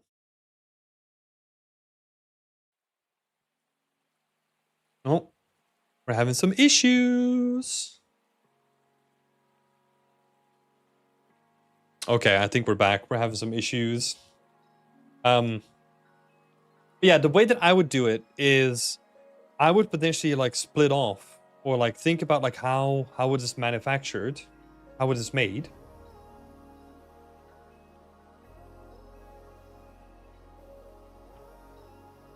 So how was this made? And then see how I can split it up in like a couple of sections so that we can separate it into like a couple of panels or something like that, right? Yeah, that is sometimes you just don't know until you like get cracking on it, and then you see like, if I slap a giant tileable on it, it's not gonna look good. How can I then split it up, right? So that's what I would do. Because multiple tileables, the thing that you suggested, can work, right? Multiple tileables, having vertex paint and all that kind of stuff can work. It just depends on the look that you want to go for. Yeah, that's where I mentioned like maybe you could like use a little bit more breakup, right? Because especially the giant walls, they are just like one solid object, which in most cases you would potentially have some sort of breakup, right? So that you go into like some sort of like support structure here that then bridges the gap here. And then you have like another support structure that then goes into like the roof. Oh, not my intent.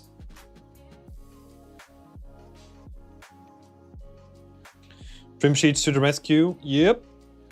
That's a good case for trim sheets.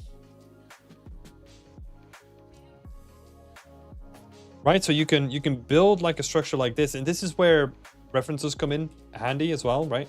Like how, for example, how are aircraft hangars, how are they made?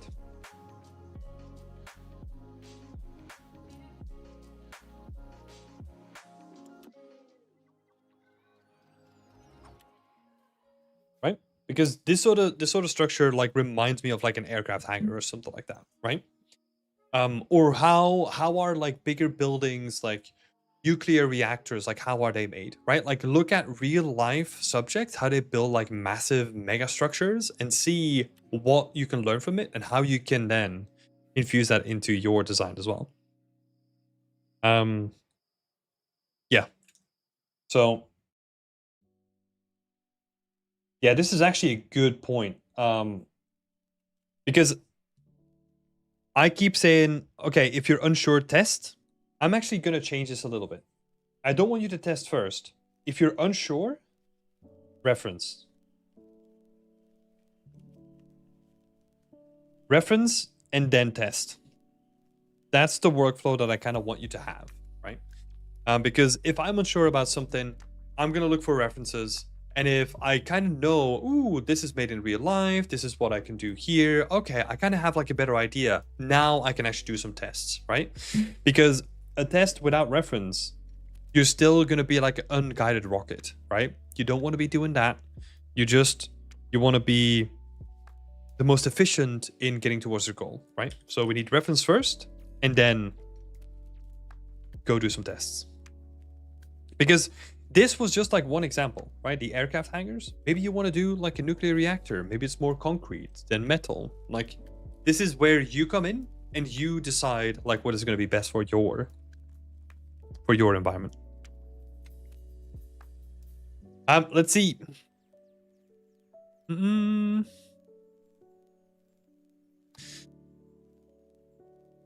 I ended up playing the whole game just to understand the visual art style a little bit better, especially their thought process and how they went about doing it. Cool. I mean, the rest of the updates look good. We kind of have more of them here, right? I cherry picked a couple of them. Because I didn't really see any questions about them. And you got like the modules as well. Did I remove them? I think I might have removed the modules.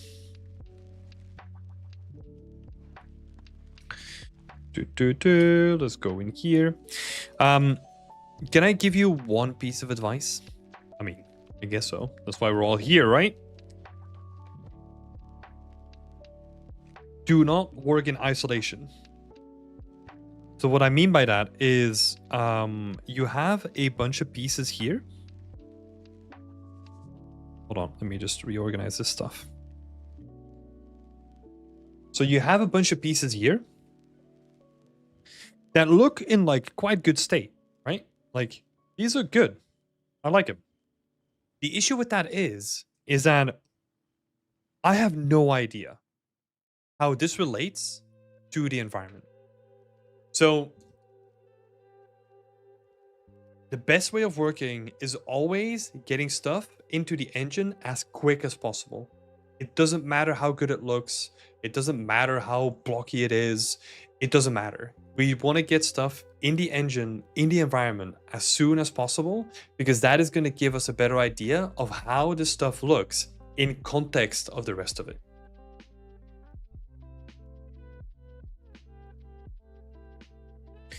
Yeah, but you can only understand how something looks the best way in your environment, right? Like if you're doing look development, maybe you could make a case where you're like, oh, I'm tweaking the materials and all that kind of stuff. But I would still, even in that case, I would still get it in your environment first. And then do look development in your scene with the lighting that's going to be in your scene, right? Because otherwise you end up doing like a whole bunch of like iterations on your materials in Substance Designer or Substance Painter, and you have to redo them anyway because it's going to look different in Unreal, right? It's all about saving time. But I forgot to mention that one is for the main bridge entry. I should have done that in Engine. Yeah, do everything in Engine, right? Well, it's fine to do like a couple of iterations, but yeah, everything in engine. That's the main thing that counts for anything. You're right, I'll get on it. Sorry, I don't mean to bash on it, but I think I wanna put an extra emphasis on it because this is something that I see very often in team challenges, in game jams, in game development, or in your personal scenes. To me, if it was up to me, especially for the team challenges, we're rethinking the way that we think about this stuff. If it's not in the engine, it doesn't count. It doesn't matter how much time you've spent on it or like how much iterations you've done. If it's not in the engine, it just doesn't count. So get it in there, no matter how rough it looks, no matter how ugly you think it is, get it in there. Because this is more for like a team perspective, right? What is amazing is that you think that something looks shit, but if you get it into the engine, someone might be freaking hyped about it and it might make their day, and they might be working double as hard now because of the thing that you added that you think was shit, you know? And vice versa. Like if I see updates to blockouts, or if I see like, I don't know, a new asset that another artist in the team made, and I look at it, and I'm just like, oh my god, I can use that here. That's awesome. Yeah.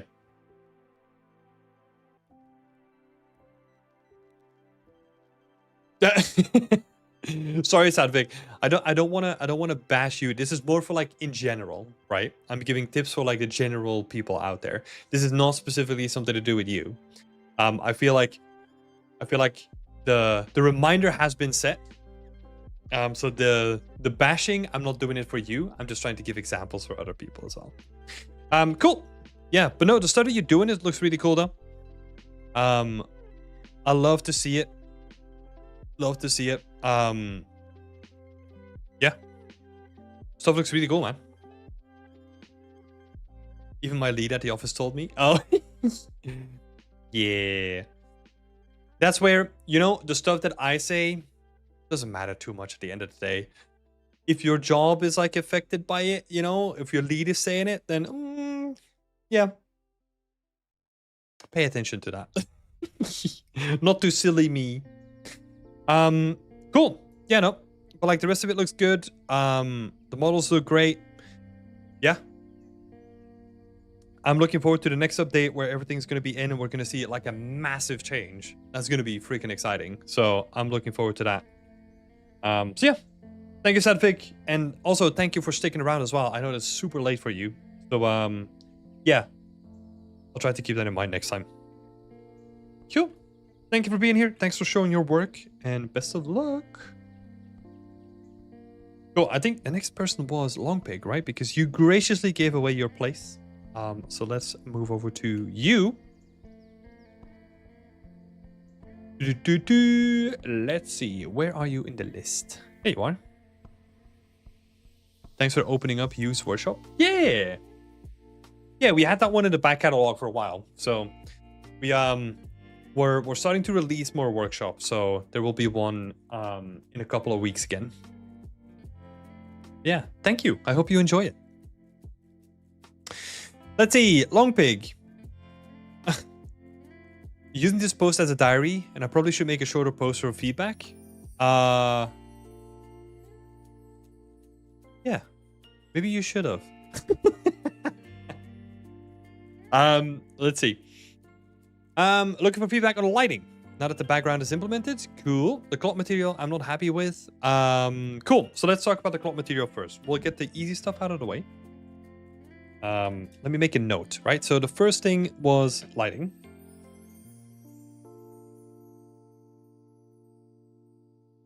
Lighting. Second thing is cloth material. So we'll just make a random note here. Honestly, comments on the cloth are going to be pretty short. You don't have to make the cloth by yourself if you don't want to. Substance Designer has like a bunch of cloths. There's probably like a bunch of people that have like really cool cloths that you can just get. It's totally up to you. I don't mind you doing it yourself, right? You can kind of use it as a little Substance Designer like exercise. But I'm just telling you that you don't have to. You can literally just get any cloth that's out there. If you want, right?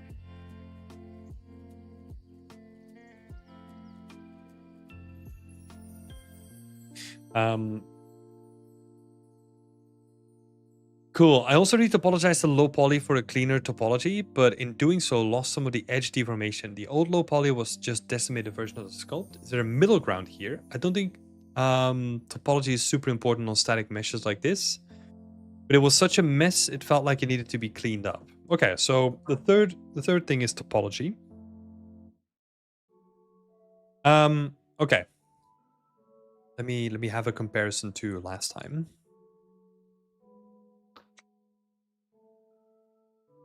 Because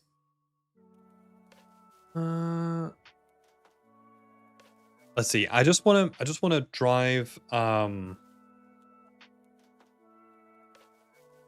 the point here a little bit, right? So this is from a couple of weeks ago, right? If we're looking at it from like the same sort of distance, right? So I'm trying to mimic this kind of distance. If we're looking at it like on full screen,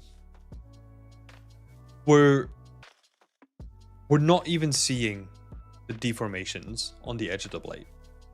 So I honestly don't think we're missing out too much. And I think we even talked about this last time. It's only when you like really zoom in that you can kind of see a little bit of it. But even when zoomed in, honestly, it is so minor that you could probably just get away with having like a couple of edges here and there and making them maybe like a little bit more visible, right? Because we want to exaggerate those details. If you really want them to stand out, we need to go bigger. So I think you really got two options here, right? Like either you go and you change the low poly to actually have like larger dents or like larger like gashes or whatever in them. Right, so that's option one. So on the damage, well, option one is just like ignore it, it's fine, right? Or the second option is oh god, exaggerate? Question mark? You know what I mean. You know what I mean. So those are the two options that you have, right? Because ideally what you want to do in this case is you want to take that into account from the beginning, right? You want to do your high poly in a way where it has like a change to the silhouette, right? Because honestly, if I can't see it from this size, then it doesn't really matter, right? So next project, you could think about it in the beginning and like really change up the silhouette of the whole project. Yeah. Not again, I know. It's either silhouette or like exaggerate, where I don't freaking know how to spell it. Sorry. Cool. But I mean, we talked about that last time, so I don't want to go into it. You also said you need to apologize. I mean, you had a question here, right? So the old low poly was just a decimated version of the sculpt. Is there a middle ground here? That was your specific question.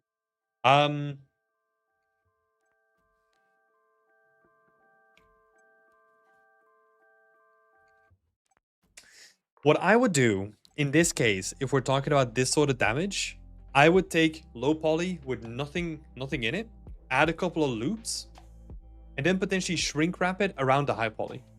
Or just move it manually. Honestly, it's not going to be that big of a deal for like a couple of those edges. Oh, seems like we're in the red again. But yeah, it's not going to be that big of a deal for a couple of those edges if you yeah,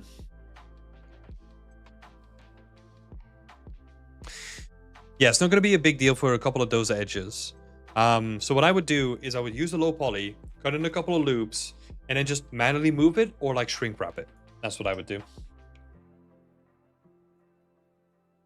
Shrink wrapping is basically a technique where you take an object and then you project the points from your low poly onto your high poly again. That could be like a quick way of doing it. Um,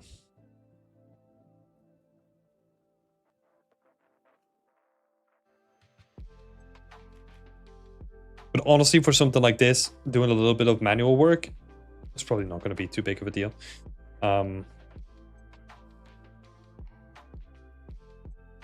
Or you can use something like your live surface, right? Like if you want to project onto your high poly, which is sort of doing the same thing like your shrink wrap is doing, but you're doing it manually, where it's just like snapping, right? But you just snap onto the face of your high poly.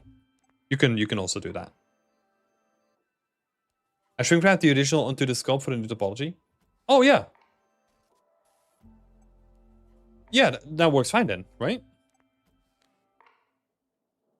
And then you might want to do like a couple of adjustments here and there to make like the topology a little bit cleaner, but that should have given you like a pretty good result then though. What you could potentially do is like isolate some of the elements, right? So only do it for like a section of the blade and then like merge them together or something like that if you want to go for like really clean stuff. But yeah, that's more optional, I feel. I also implemented some advice in resculpted the grip, hopefully losing the low poly look and adding more interesting damage. Let's have a look. We got some stuff happening here, which is cool. Yeah, like this stuff is cool, right? Where we see there's like a little bit of like separation between the two. That's awesome. Love it. But I felt like I maybe should have gone further with it. I think you should, but also don't do it for this project anymore. I feel like we've learned, like I said 5 minutes ago, right? Like all those lessons of really exaggerating the details. I don't want to keep going back and forth between the high poly and the low poly. At a certain point, it is honestly just worthwhile taking those lessons and then implementing them on the next project. So I think that's a stage where we're at, where the gains that you're going to do now, or like the gains that you're going to get by like resculpting, rebaking, all that kind of stuff, they're honestly not going to be worth it. Next time, try to exaggerate more those shapes more from the beginning. And that's going to be way more helpful and it's going to be cleaner for the workflow. Yeah.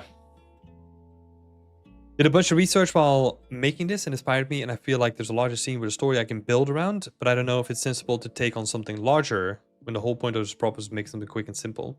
Yeah, no. My advice would be to just like treat this as like, look, this is it, and then next thing. Try to do something different, because making a whole scene around it is you're basically making a fancy pedestal for a sword. Is that needed?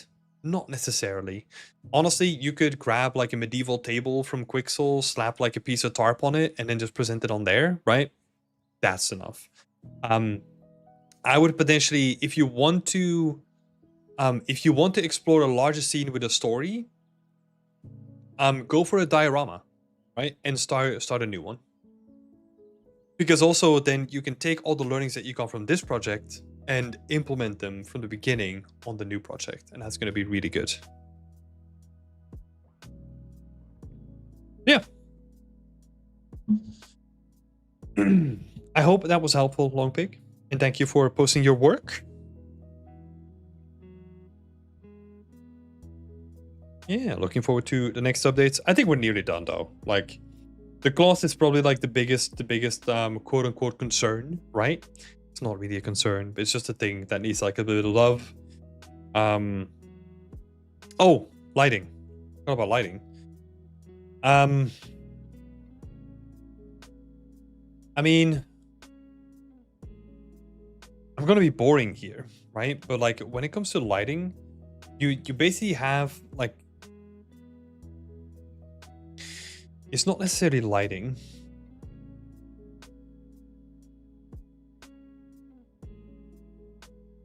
Maybe it is. I'm gonna take the easy way out, or maybe not. When it comes to lighting, I want you to tell a bit more of a story. What I mean by that is that right now it is a studio environment with a cloth on the floor, right? But you can tell something like really interesting. Like, maybe go with the example that I gave you before, right? Medieval table with a piece of cloth on top of it, and then tell like the story of like, oh, there's like a knight that has like this this sword, and then the lighting can literally be just like a fake window frame that like the light is shining into, maybe with like a little bit of like fake fake ivy kind of giving you like a more interesting like play with shadows, right? And all of this stuff, you can literally get all of it just from Megascans, and you're just like slapping a light together, and you're just making like a little diorama with a scene. And you can still use the same sort of camera angles and all that kind of stuff. You just make it a little bit more interesting than just a big piece of cloth with like a sword on it, right? Give it like a little bit of extra love. Give it like a little bit of extra story. And that is gonna do more than just the quality of the lighting, because I don't think the quality of the lighting is that bad here, right? It is just that it's very clinical, it's very clean compared to making it more interesting. So yeah.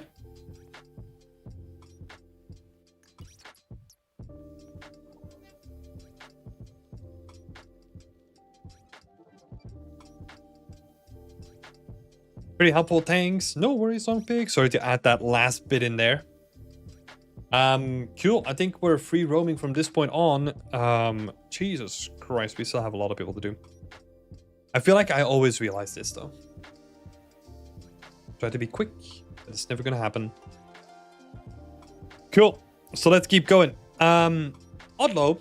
We'll talk about Odlo next. I think I missed Odlo next week, so apologies for that, or like last week. Slate, what's a diorama? I'm dumb. Nope, I'm not dumb. That's a good question. A diorama is basically just a small collection of props. For example, you could even consider this a diorama, where it's literally just like a corner of a room with like a couple of props in it, right? But it's basically a way to like tell a story, but you don't have to make a full environment out of it, right? Because a lot of people think that like, ooh, I make the jump from like a single prop to an environment.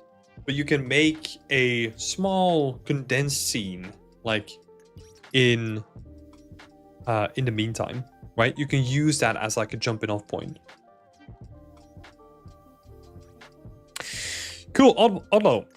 Let's see. So we have the picture on the left, and then you have your iteration on the right. So awesome stuff so far. There's a couple of things that I want to point out.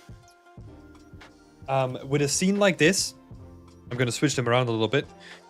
With a scene like this, the focus is going to be on the detail. So, and it's going to be material heavy, right? A scene like this is going to be material heavy. You kind of want to get like all those like really nice touches in there. So you have to focus on the detail. So, you know, scuffs, decals, small bits of geometry, anything that can help you sell it, right? Because if we even look at this scene over here, there's just like random gunk on the floor, right? Like details like this or that. Let me add a number. So like number 2, like all those details, you know, this stuff, like this thing has been repaired for like more times than anyone can remember, right? That is a cool detail. This bolt here, that is not the original bolt. That's cool. This chair leg is like slightly crooked. That's cool. There's like a lot of damage on here. Like this bolt. There's like a lot of detail here. That if we go back, this is usually what is missing. You kind of have some stuff here, right? But even there, you can support that with just like little bits like next to it.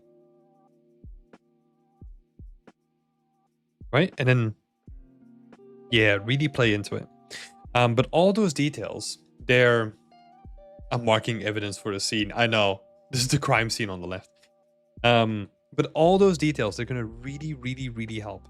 Because it goes from, oh, this is just like a 3D cube on top of a 3D cube, to, oh, this is a piece of soldering, like a piece of like handmade solder stuff that they just like attached to it, right? And it's also, my first point is that, oh, this and this they are not equal, right? They're all off kilter, they're all off angle. There's no straight lines, you know? Two rules of making things not feel like they're 3D is no straight lines and everything has a bevel. Those are like the two rules. And that's also like an issue that we see here, right? Like even the floor. Look at the floor. The floor is off angle compared to the wall. That is super interesting. That detail is going to help a lot because right now it feels 3D because everything is just like, oh, this is neat. This is neat. Let's go straight up.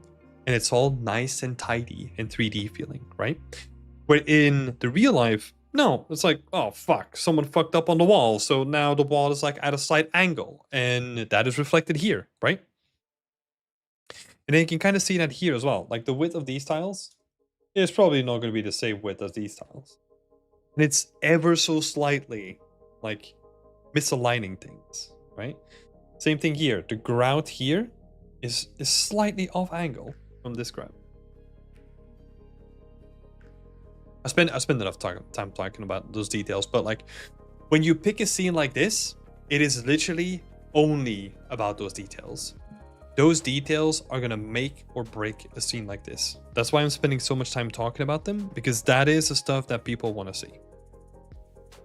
It almost needs to be like indistinguishable, right? Like you need to go in and be like, hey, look, this little end up here, that is not just gonna be like a square cube. That is gonna be like a beveled square cube that's gonna have dents on it, that's gonna have dirt and grime and all that kind of stuff, compared to what we see here, right? With like a kind of generic kind of texture on it. That is unfortunately the burden of picking a scene like this, where there's no story. It's almost like you're trying to mimic photography, and it becomes like hyper focused on those details, right? So yeah, think about that as you approach the rest of the scene. Really focus on like all those details. Really, you got a beautiful picture there. You're just looking at the picture and really analyzing every little bit of it. It's gonna help you a lot. Thank you, Odlo. Moving straight on to what do we go for? I don't make Valid in the chat. Okay. I don't have notes for you. Once again, let's have a look. Excel. Thank you for putting questions in. How do you think the rock meshes look currently? I built up the foreground with them, and I would like to get some feedback on how they work together in terms of textures and detail. Cool. Cool. So what are we looking at here? We got the foreground here, right?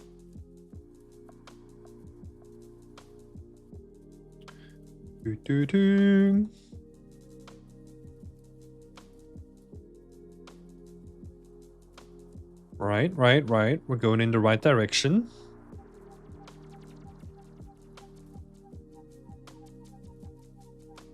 Yeah.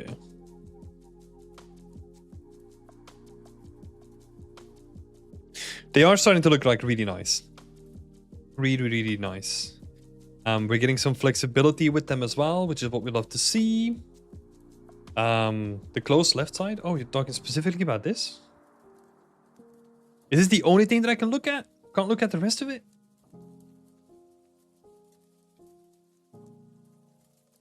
Oh, is that this column? Sorry. Is that what we're looking at?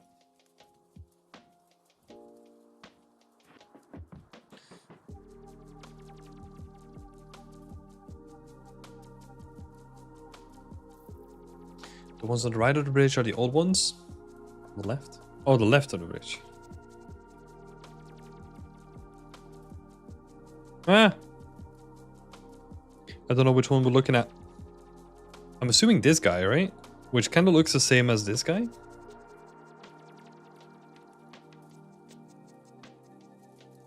I hope so. Feel free to correct me. I'm just going to be talking about these guys then. Might be a slight delay in the chat as well. Yeah.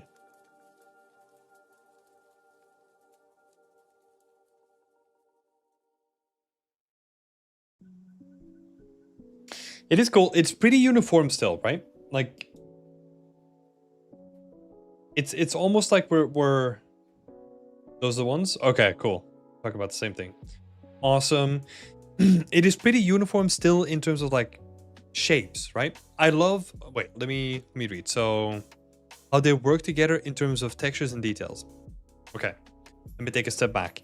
In terms of textures and details, the texturing works really well, I think. Texturing works really well.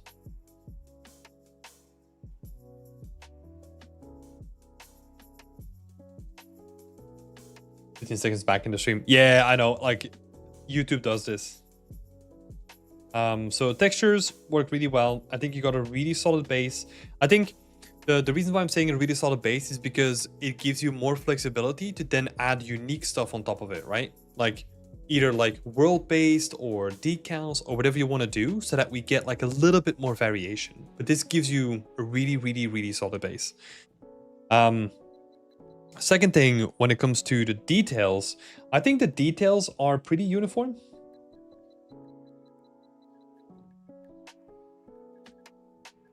What I still want to see more of is like a dense section.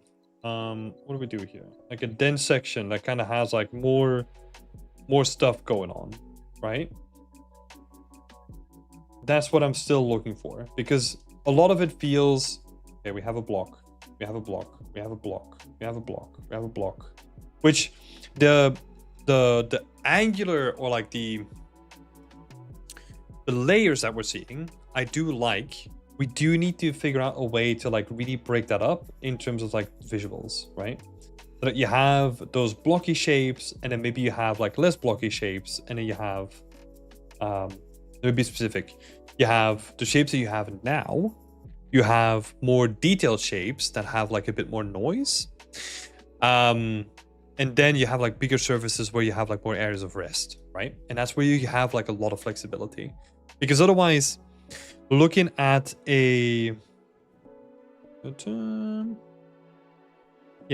cliff like this, no matter how big or small we build it, it kind of feels the same. Let's see, but that might get solved by making some smaller rocks. Yeah, it could be. It could be. Or even taking the ones that you have here already and just, you know, generating a couple that are just like more noisy, right? I wouldn't even mind that they are the same shape or like the same generation, right? Just with like a little bit more noise on top of them, like more detail. And then that gives you more flexibility to then work with them, right? Because,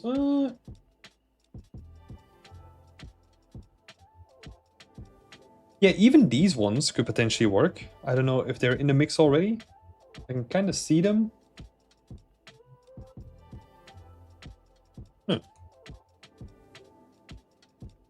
Yeah, but whatever strategy.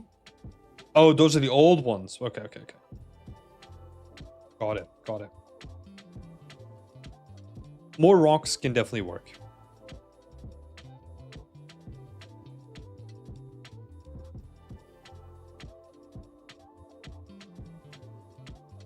Especially variations. So that's good. You've been struggling blending a larger cliff with the individual rocks. Check to the right of the bridge, for example. Yeah, I was looking at this section earlier. Do you have any tips on how to make it more natural? So this is where you have to look into different ways of blending, right? So you could either go with a... Fuck, I don't know any specific ones. I'll give you some random things that you could look at, right? So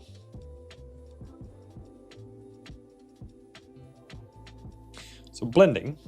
Either we do RVTs. RVTs is going to be tricky in this thing. I feel like RVTs work best when you're like flat on a landscape.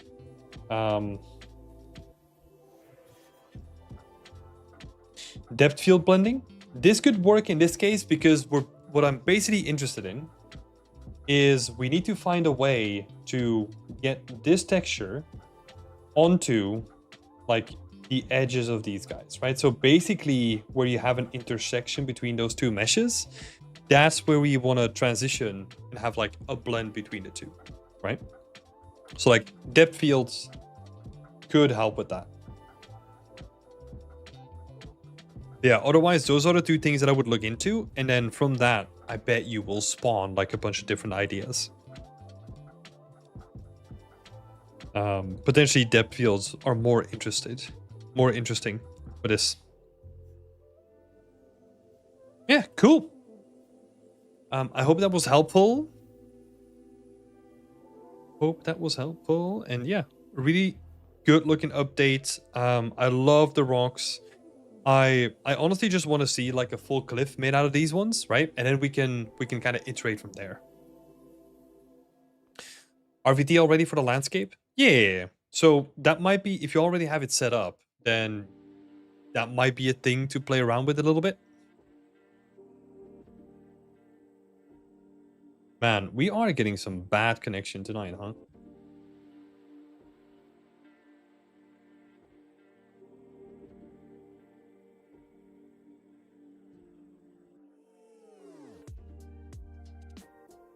We are getting some bad connection tonight. Thanks, you need to figure out the cliffs then? Yeah. Good, solid update, McFound. Thank you so much for sharing.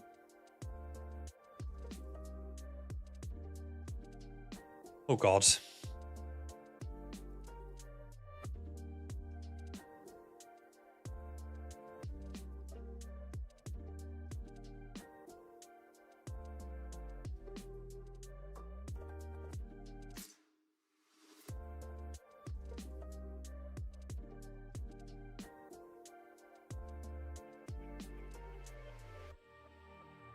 Good improvement overall in this project. Hell yeah. I don't know if you guys can still hear me. Like the connection has been really bad. Oh, I think we might be back.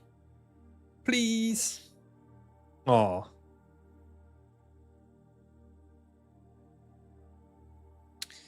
How's the connection for all of you guys?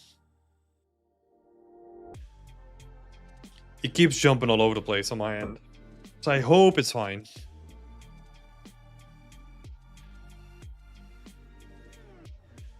Gonna have to hope. You're fine?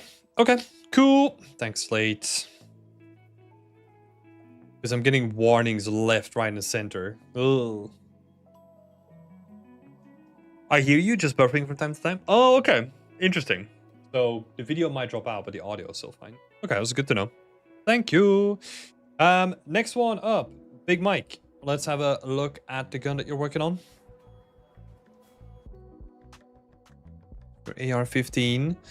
The in-context render, I adjusted the color of the background, increased the contrast against the rifle, slightly changed the lighting, remove some objects. Cool. Yeah, so the in-context render looks way better. You could still add some improvements here though. It still feels like, I like that there's less on the board, but the board is still freaking cluttered, right? So if we're talking about like a military person, I would still want to cluster stuff together a bit more so that it makes a bit more sense, right? Because it still feels, at least to my eyes, maybe this is my, I don't know, like analytical brain kicking in. It feels like it's too chaotic, you know? There's too much happening. Yeah. So another thing that I wanted to say, and this is so nitpicky, but like these frayed edges look really cool, but it's almost like I want them to be like aligned with the pattern, you know? Again, I don't think a lot of people are gonna notice, but I was like, ooh, that looks nice. And then I zoomed in and I was like, that could use potentially some work. But I mean, honestly, yeah, maybe it's also because he did such a good job here that it just feels like this is calling out to me more now. I don't know. Something to think about. And then you had a question about the background, the color renders, right? Which do you like the most?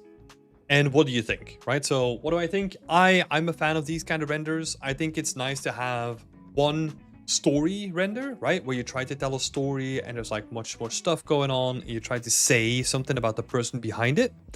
And in these ones, I'm kind of looking at them as like more interesting studio renders. So that's the way that I'm looking at it. When it comes to colors, I feel like it's pretty clear. You know, if you want to capture people's attention, you want to be on the orange side because it's just like, ooh, okay, this shouts out at me, right? Like it's grabbing my attention. It's also a bit more in line with what you expect from like weapons, right? If you think about the color spectrum, and if you think about like those very soft colors, like the blues, they try to instill a calm emotion, right? Where red and orange, they're usually more on the side of aggressiveness, right? And intensity and those kind of emotions. So it kind of works on like a fundamental level to me for like a gun, right? Kind of keeping it in line. Honestly, I can say all of that, and there might still be a part of you that is rightfully so just being like, hey, look, I like blue. That's what I'm going for, you know? And that's just gonna be my thing. And that's totally valid. Because I can try to like underline it with whatever I want. If you still at the end of the day say like, hey, look, like I personally prefer the blue one, it's fine, you know? I think we're talking about like additional renders now, where it's not like we're not worrying about like the thumbnail and the story and all that kind of stuff, right? Like that's why we got this one. This is the selling piece. And then you got these additional ones which are just meant to look like nice, and they allow you to inspect the gun in an isolated view, right? So my 2 cents there. You got like meh on the blue for me, and then ooh on the orange side for me, but it's honestly up to you. That's where you get to be an artist, you know? You get to decide. There's people that are going crazy with colors. There's also people that are like, nah, I'm gonna go the opposite way, and I'm gonna go like monochromatic like renders and all that kind of stuff. And both are valid. It is more like about artistic expression about that point. Slate is saying maybe a bullet pack in a carton. Yeah, something like that. Like something that allows you to like condense some of this stuff, right? Because it just feels too random. It feels too chaotic. I also like the orange more, but I wanted to have 2 options. Yeah, there you go, Mike. I feel like to me, the orange one is just like, it's more eye-catchy, right? It's more intense, it's more out there. That's why I prefer it. Yeah. It's always good to have 2 options. I mean, honestly, what could be good is just, if you want to do this next time, what I tend to do is I tend to pick like 10 options, and then I'll just look at them on one screen, and then I can kind of pick, you know? Makes it fun. It's like you're doing it by trial and error. And then maybe you can turn it into like a vote, you know, for like other people to have a look at too. Cool. But thank you for showing your work, Bit Mike. Lovely, lovely updates. Yeah, we kind of skipped over it, right? But this looks awesome. Like the way that you set up the lighting here to highlight like specific areas, we're kind of seeing like all the nice roughness variation and all that kind of stuff. Looks really nice. So well done, man. Well done. Really good job at like showcasing your work. Beautiful. Cool. Jumping over to the next person then. A quick one from Jahid. Welcome, Jahid. Let's see. Not really any questions here. You just needed some help or like feedback on furniture and textures. I only got a couple of quick ones for you because Sheila already did like a good job on giving you some feedback. So that was good. What I would do is you have like dirt and all that kind of stuff here. You can honestly make more use of that by having like a gradient at the bottom, right? So you have like a little bit of a dirt gradient at the bottom, kind of filling that up. If you have things that interact with each other, for example, a door, right? It's always cool to have like some sort of fade at the bottom of the door because people are going to bump into them, like it's going to be shaving all over the floor, like all that kind of stuff. You're going to see a lot of it. Let me see if we can find like a quick one.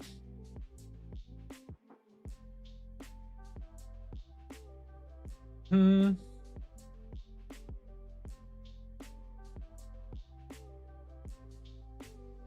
I mean, some extreme examples.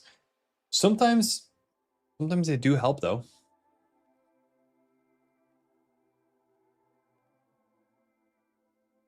Let's see. What is a good one? Yeah, let's go for this one. So you can kind of see, right? Like this door is actually an interesting example of what the hell is happening with the door. Because you can kind of see a gradient as well over the whole thing.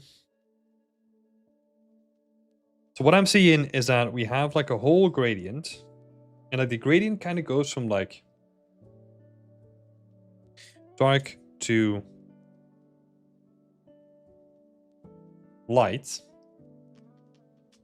Right, this is just a bit messy, but we'll deal with it. And you can kind of see that there's more damage at the bottom because there's more scratches, more stuff happening compared to the rest of the door, right? The top of the frame, there's like a couple of nails or something like that, but the rest of it is clean. So you can kind of take this, that whole concept, having like a big gradient and have more damage into the area where you are going to be interacting with it. You can take that just from this one picture of this door and apply that to your all of your assets, right? So that would be a good reference to kind of take from.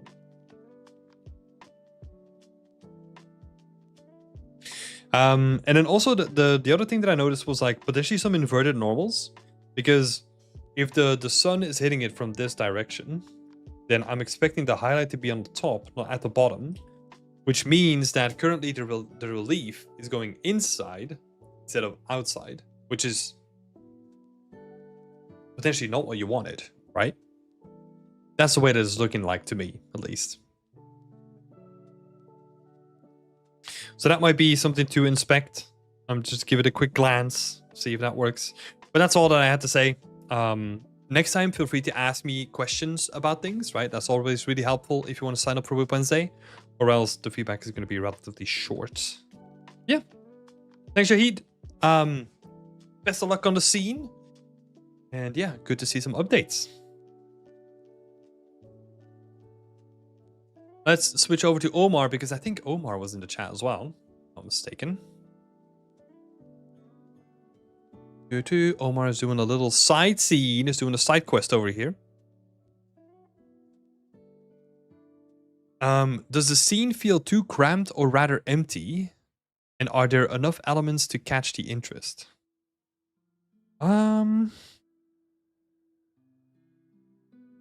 So the first note that I added here was that the gate kind of feels too... It's almost like I want to see stuff in here, but you're not letting me. You're like purposely blocking my view. That's what it kind of feels like, right? And we can resolve that in a couple of ways. Either by like making the gate like a little bit taller, right? So that we're dealing with something like this, so that we have more space to be looking at. Or we remove the person in front and maybe like put them to the side or something like that, you know, with like a couple of people, so that we can almost see through the crowd to like something interesting that's happening like the back, right? Because that's potentially what's more interesting, right? Like even if we want to focus on, let's say, this person in the front, we don't necessarily want to focus on the person right here. We want to make a connection to the person that's in the foreground and where the person is going or what they're doing, right? Because this person just by itself, it's not going to be enough to latch onto necessarily, because we don't know why he's there, what he's doing, all that kind of stuff. Yeah, the space, it feels a little bit fantastical, like not in a bad way, right? It feels like there's more foliage and there's more stuff in the scene than would potentially be there in real life. I also don't know.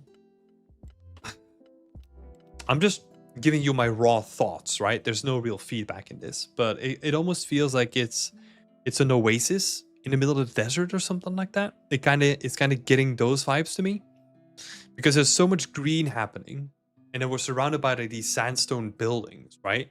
And if that is intentional, that could be quite cool to kind of lean into.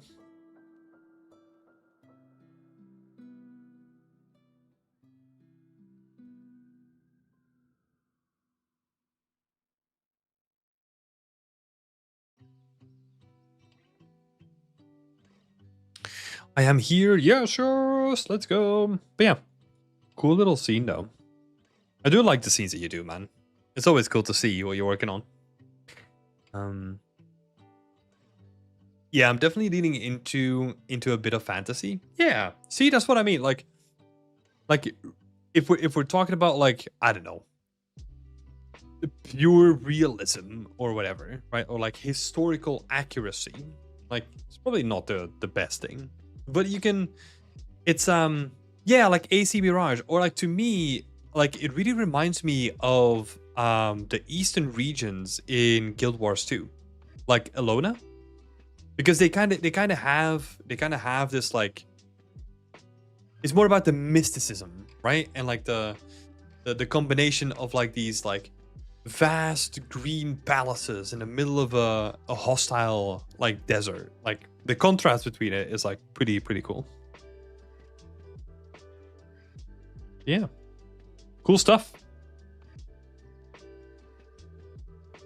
Enough elements to catch interest. Yeah, I mean we talked about it a little bit, but yeah, getting us like into the scene would be interesting. Because right now we're kind of getting a glimpse of this like beautiful tower in the back, and it's almost, you know what it's like. It's almost like we're about to see something cool, but we're like on the edge, right? I'm like on a quest of having some kind of Moorish fantasy world. Oh, that's cool, man. That's cool, man. And I'm glad to be on that quest together with you as well. Like seeing you develop it like over time. It's cool. Yeah.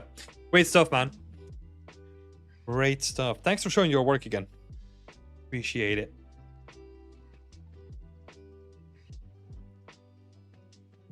Exactly where I'm going. Let's go. Happy to be on board. I'm not even going to read that, Raj. I'm just going to ignore it. I'm just going to ignore it. I am going to ask how you're doing, though. I feel like I'm going to come back to work and there's going to be like a whole bunch of shitty gifts waiting for me. Intentionally shitty gifts, should I add?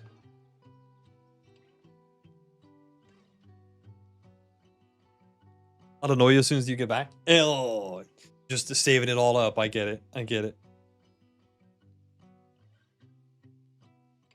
Cool. Moving on to the next person. No One Austin. A couple of quick. Oh, now I get it, bro. Ban him. Oh my god. I love that turnaround. It was like, oh, I get it. Ban him. Oh my god. Cool. No One Austin. Let's see. Yep. Cypher Hallway. Love some feedback on dirtying up the floors a little bit more, lighting functionality, and anything else. So two things. The first thing is, like you said, the lighting intensity, right? Because we're still in a little bit of a mismatch between like how intense the lights are compared to how much light they actually give in the environment, I feel. It still feels like the light that they cast should either be way brighter or the lights should almost be like dimmer. Let's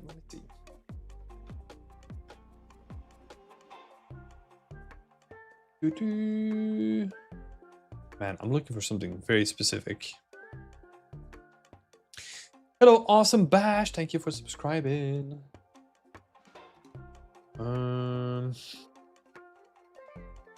I am specifically thinking about like old tube lights in like abandoned buildings. They kind of have like that disgusting yellowish look to them, and they're not as bright That's what I'm thinking about.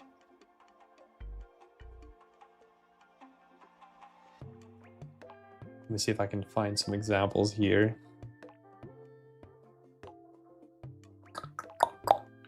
I've got a couple of good ones. Fluorescent lights.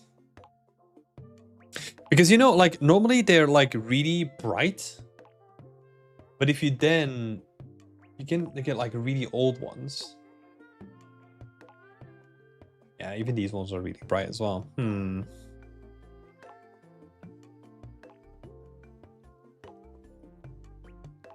Dang it, I'm not gonna find them, I think.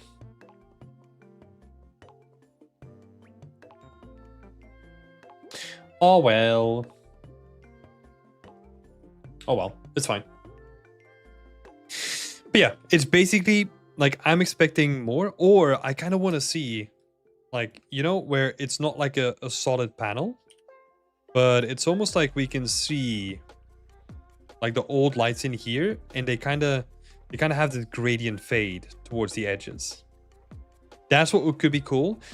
So you basically have two choices, right? Like, either you make the light more intense to compensate for like how intense the panel is, or you do the opposite, where you change the texture that's on the panel to compensate for how dim the light is. That's basically, well, what I would do, like either or.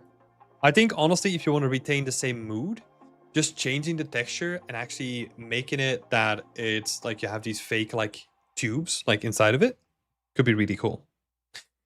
Next up, dirty floors then.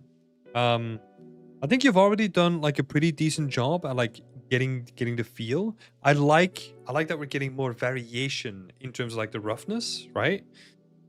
That we can see like some of the highlights, and then you have like some puddles and all that kind of stuff. So already on a good track there. A couple of suggestions. Doing something directional. So what I mean by that is something like this, for example, right? You got like this acid that fell down, and I'm assuming that it just spilled like a bunch of stuff, right? If we really play into it, and let's say it's oil, then we can do something like this. We can have like a directional oil spill, which it feels like it came out of this thing. And then maybe even like play into it more by having like a couple of like footsteps here and there of like people just walking into it and kind of just fading out over a distance, right? Because now what that does is we're doing two cool things. We're doing cause and effect, which is like, hey, this bottle fell over, which then caused the bottle, or like the oil, to like spill out, right? And then that caused people to like step in it and carrying it all over. But the second effect is actually, because of those footsteps, we're kind of hinting at like human presence, you know?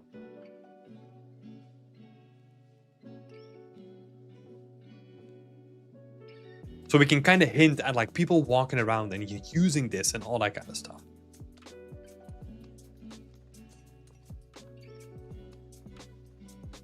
There's a huge lag between when I send a message and when it appears on their screen, but that's okay. Just saying it in case.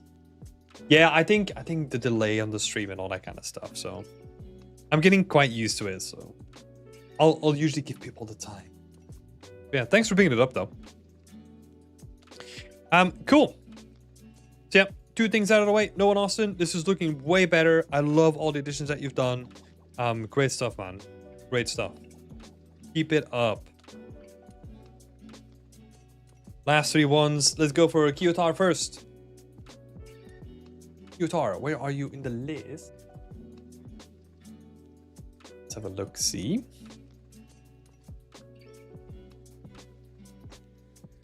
Kyotar. Are you no more? Oh no, there you are. Gothic Elfish Tower. All right, so there's a lot of stuff happening here. Let me see if I can find the thingies.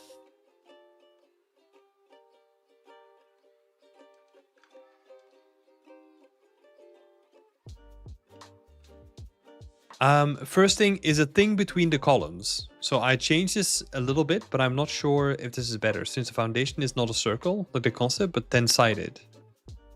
I thought what is on the concept might not fit, but maybe I should remake them. We're talking about these guys here.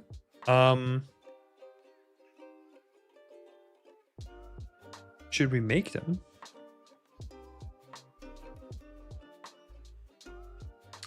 But they're fine though, right? Like they look quite nice. The only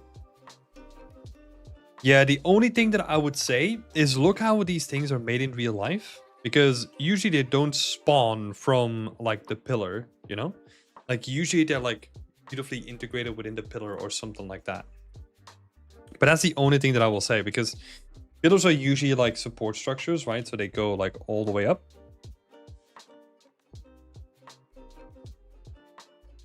And they kind of connect there, and then within those pillars you can still have that framework. But I don't think they look too bad.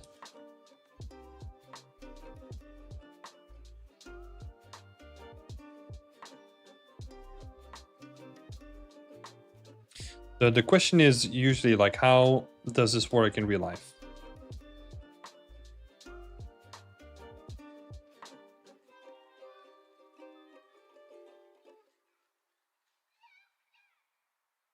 Right? And then if you got references from that, that is going to help you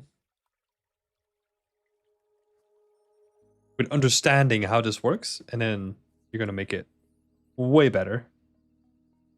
Because right now, the only thing that I don't like is like, I like the pattern, I like the way that it looks. It's just the only thing that I don't like is that it's just like, it starts from the pillar, which feels really illogical to me. But no, maybe I might be right. Might be wrong. Maybe that's how it works. The foundation is not a circle, but I'm not fully understanding what you're trying to say here, though. I think so. The foundation is not a circle like the concept, but a 10-sided. Might not fit, but maybe I should remake them. I think it works fine. Yeah. But you're not sure if it's better. I think you're talking about these ones compared to how they look here, right?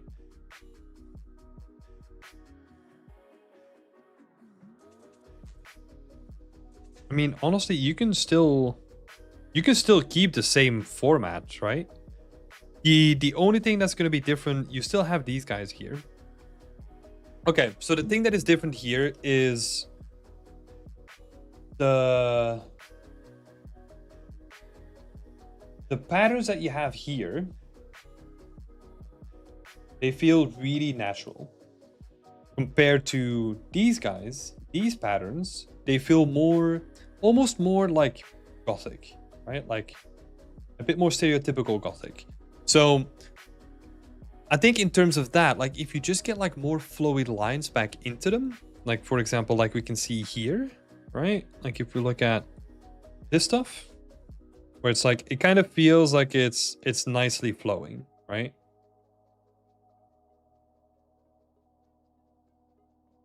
That's almost the sort of pattern that you want to like replicate, where it can still feel ornate, but it feels more like it's grown, right? Rather than anything else.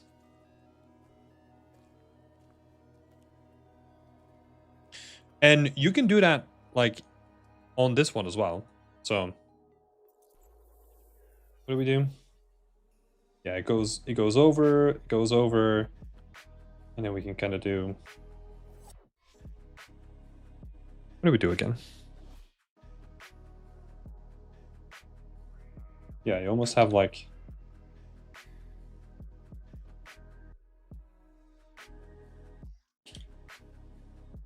yeah, you can still do that. And then you can still change the pattern. Like for example, you could have like a curly thing here, or even just like do something curly there. I think the main thing is that it's still curvy, right? Like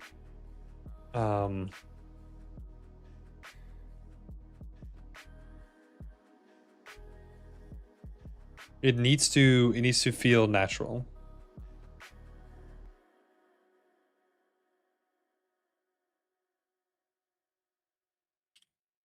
Curvy.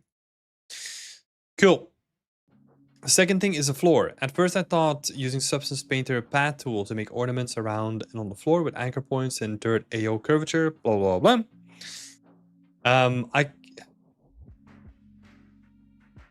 I can sculpt the whole thing, which doesn't seem like an optimal way to do it.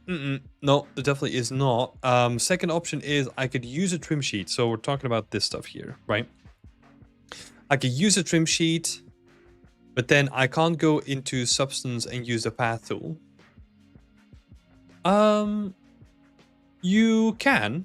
You just have to change your way of thinking around, I think, if I understood correctly.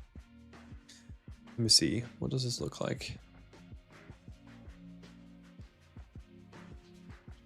Yeah, or number 3 is I could use a trim sheet and model the ornaments, but then I can't use generators around the ornaments to make it look old and dirty, etc.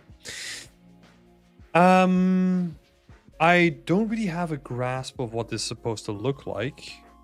Right, you kind of have this. Oh, so you're talking about the ornaments on top of it as well. Okay, let's have a look. Let's see if we can do a breakdown here.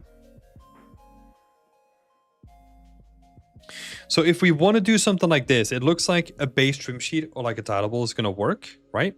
And then for the additional stuff on top of it, we can honestly just make that into like a kit, right? Or if you really want like ornaments, let's see.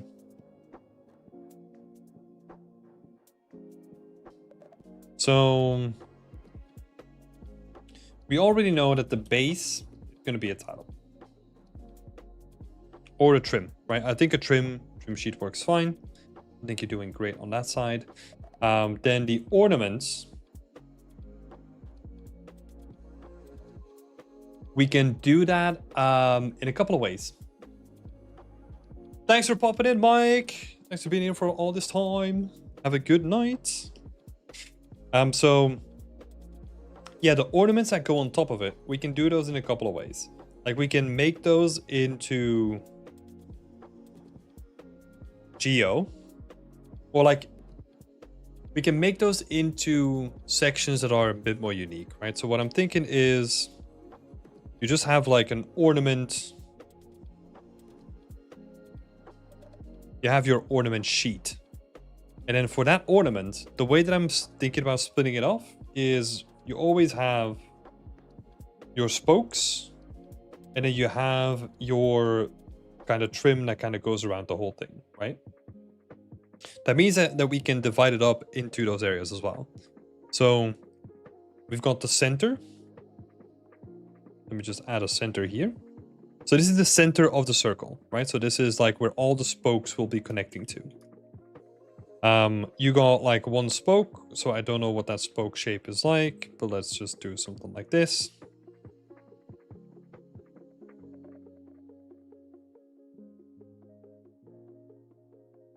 Right, so this is your spoke. And then what you just have to do is you just have to make like one model that kind of just like samples from this. And it can even be baked down, right? Like baked down with like all the edges and all that kind of stuff. And then let's see.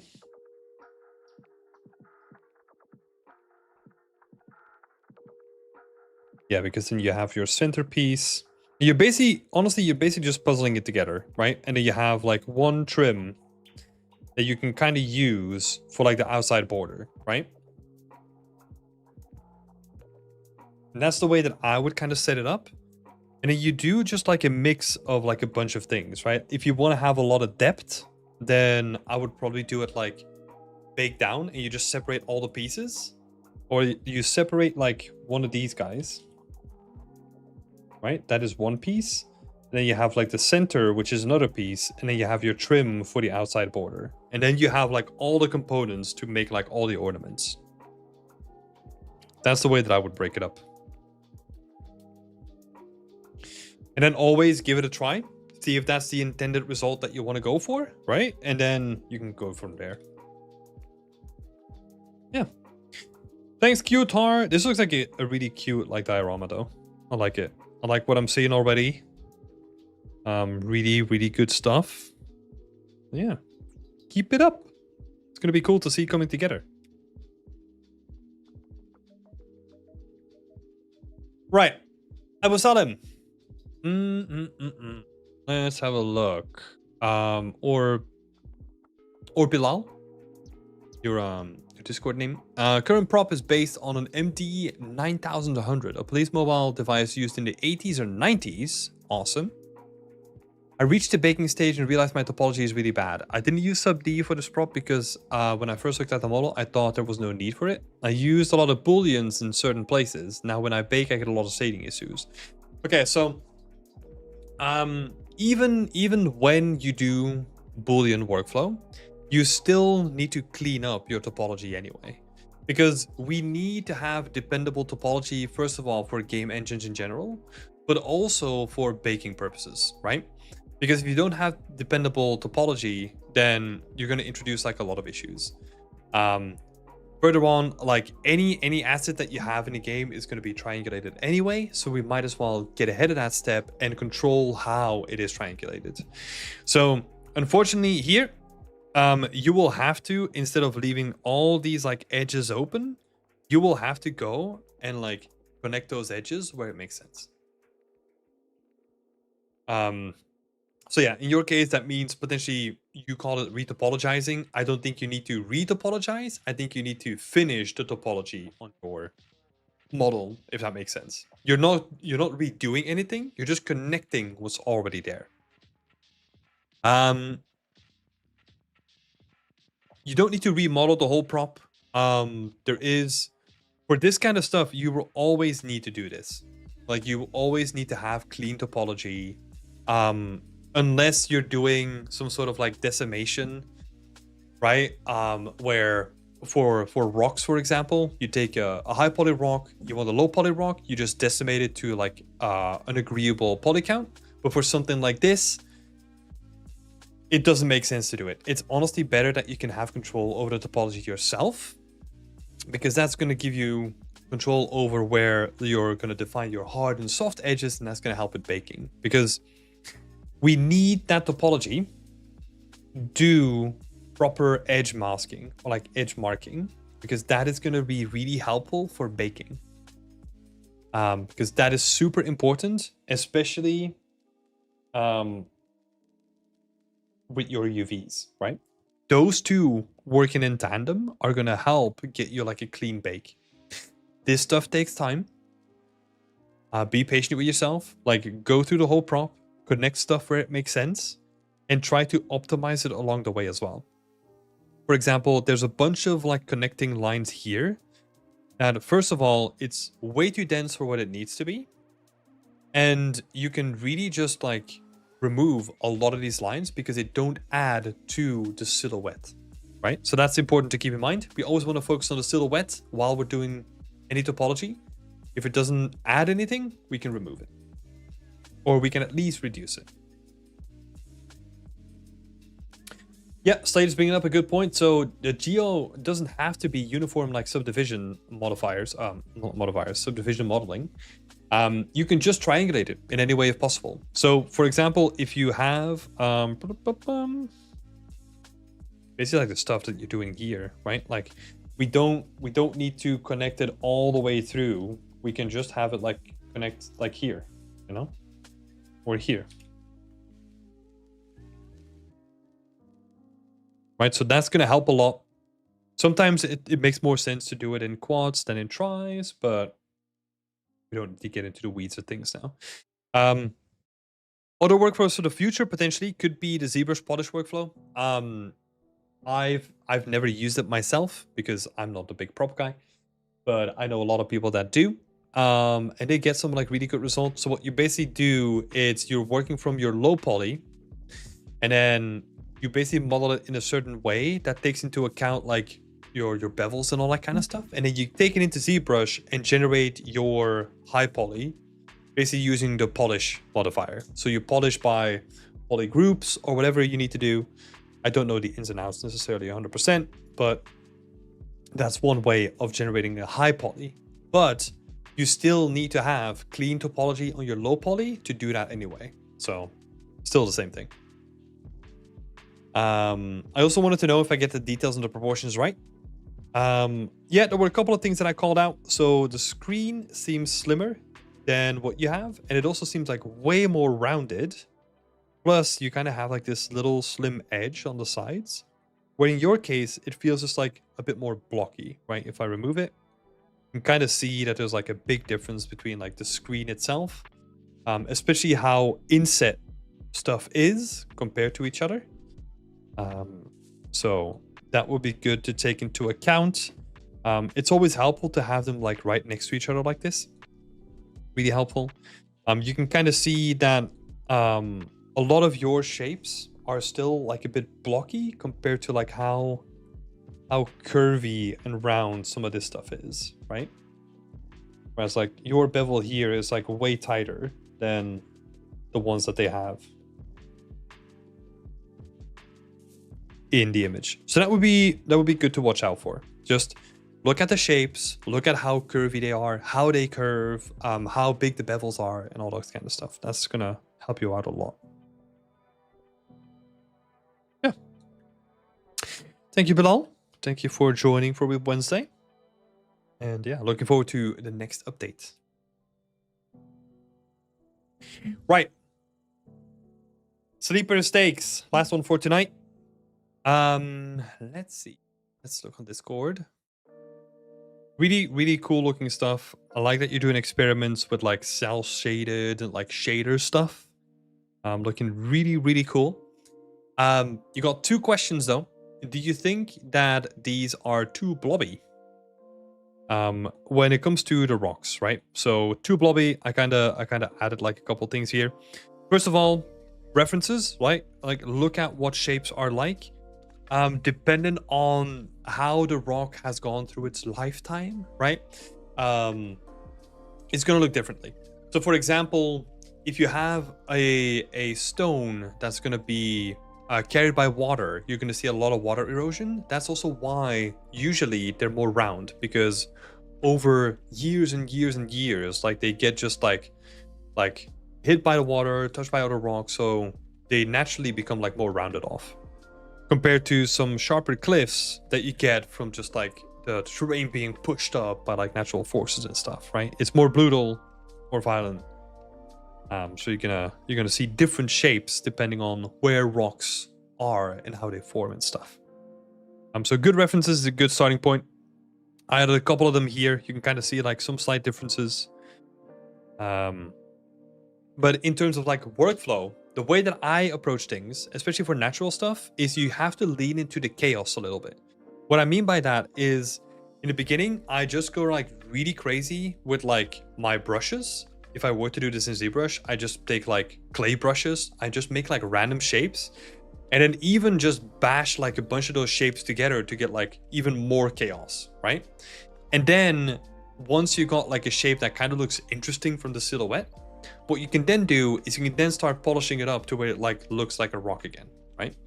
But I find that is way more interesting of working, because you start from chaos first, and then you define like where you want to bring peace and balance into the mix, right? That's why if you find yourself going to the same thing over and over again, where like all the rocks kind of look the same, you kind of need to introduce something where you have less control over it. That's going to give you more chaotic shapes, right? That's what I tend to do. If I was doing this in Blender, what I love to do now in Blender is, if I'm doing any sort of destruction, let's say, what I'll do is I'll just grab a random shape. I'll just grab like, I don't know, let's say a sphere, and I'll push and pull like a couple of edges. I will then add a displacement modifier to it with like a random picture. It can be anything.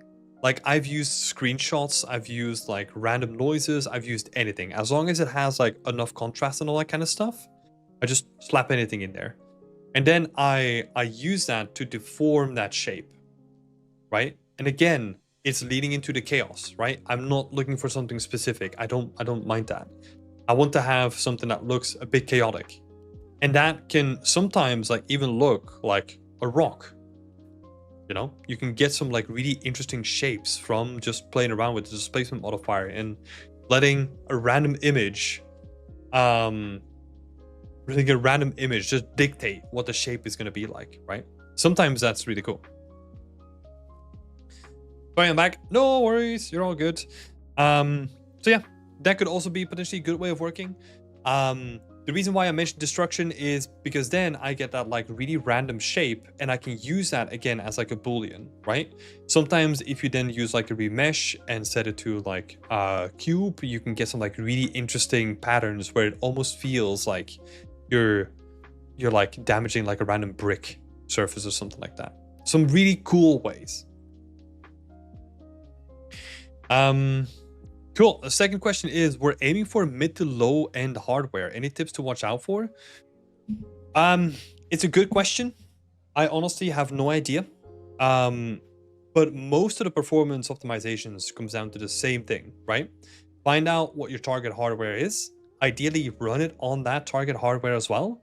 And look at your GPU profiler, right? What are the bottlenecks that you're going to run into? And try to think modular from the get-go. So I got a couple of suggestions here. Reduce unique texture count as much as possible. So try to use more tileable textures. Try to use less unique textures, right? Like unique normal maps, unique all that kind of stuff. It's just you're going to have to pull in more assets. If you're working on low-end hardware, you're going to have less resources available. You don't want to like plug it all up, right?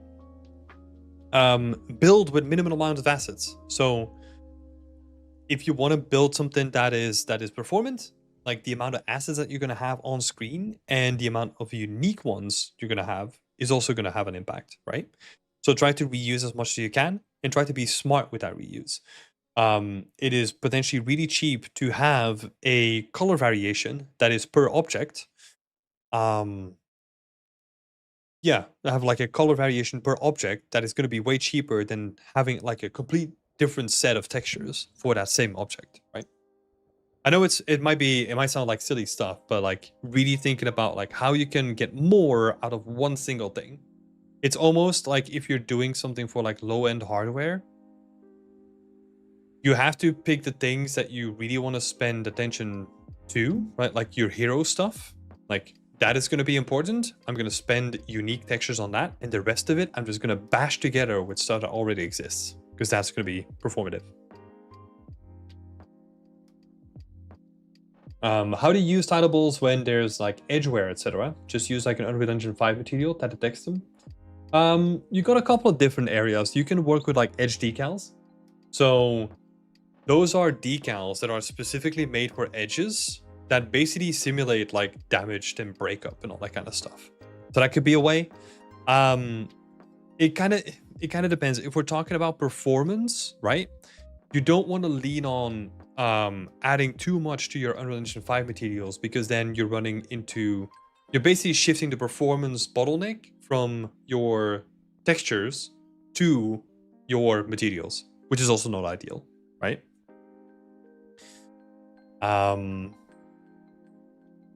Yeah, but also like you can be really smart with for example, the Hammer editor, the one from Source, is really good with this.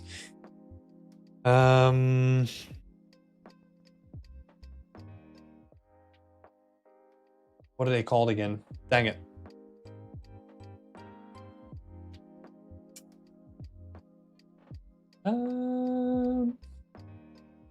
What are they called again?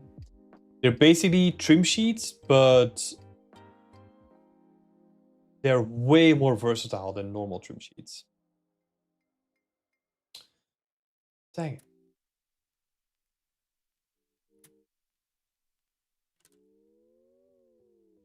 Let me see.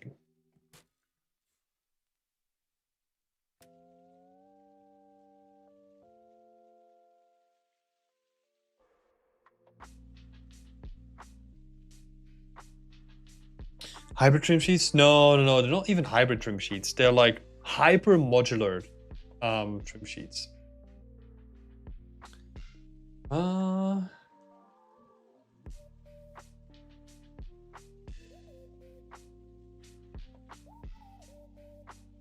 Let me see if I can find it, because they're really interesting to look into. Really, really interesting. I just need to find them. I just forgot what they were called.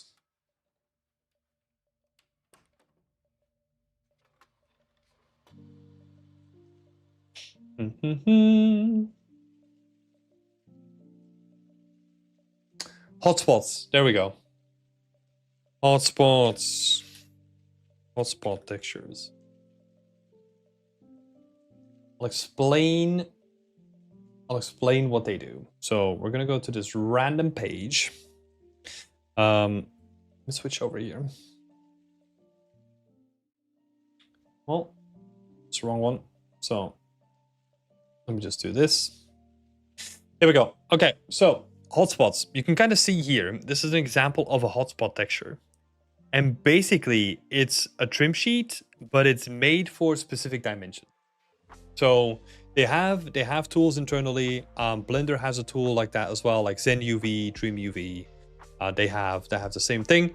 But basically what it does is it looks at the... Yeah, no, the blue is very intense. It looks at the size of your UV and it will try to match it to the correct version of that size of the texture, right? So I don't know if they have examples here. Let's see if we can find some stuff. So yeah, you can see an example here.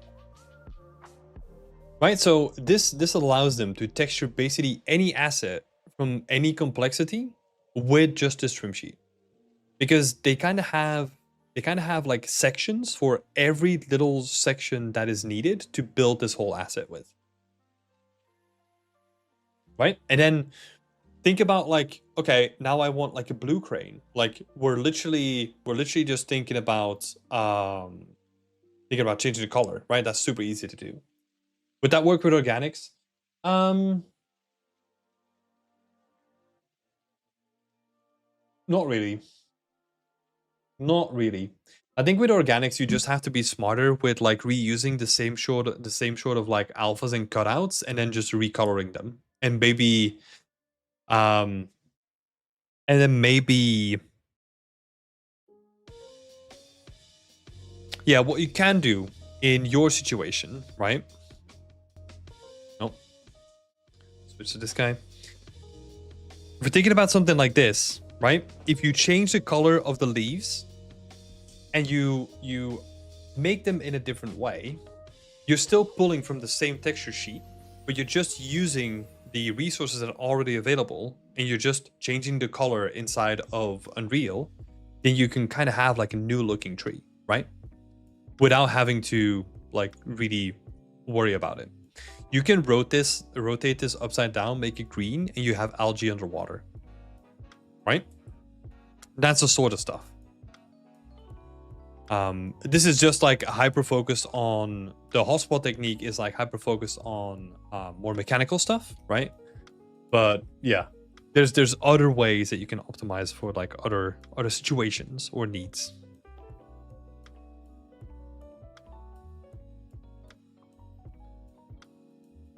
But honestly, the biggest thing to do here is just you run it on target hardware. You have to test it. You have to test it. And just, yeah, get some sort of representation going for like where you want to run it, right? Because that's going to give you like the best thing to do. Build a benchmark level. Build a benchmark of like, how dense can we go?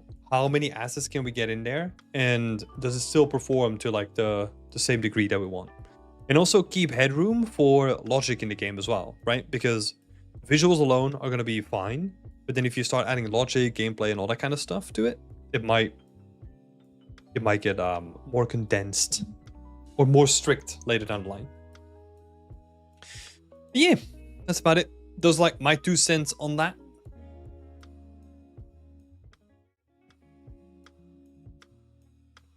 I'll look into it. We're a team of about 10, so it's not a big production, maybe 12 actually. Well, no matter the size of the production, you're gonna have to cram it onto like the target boxes to play on, right? So yeah. And honestly, the more modular that you can make it, this is not only from like a performance perspective, but also if you have a library of stuff that you can pull from, that is going to make it so much easier to do, like, I don't know, let's say another tree or another building or another whatever, right? If you build yourself like a Lego piece kit, you just are in control of like having to do or like what you want to do with it, right? It's all going to be to your benefit. All right, people, that is going to be it for this week. I thank you all so much for being here. Thank you for sitting through the whole session. I will be posting all the overpaints in a little bit as well. I'm going to take a little bit of a break and I'll post them like in the next hour. Thank you all so much for being here. I will see you next week and have a nice evening. Bye-bye.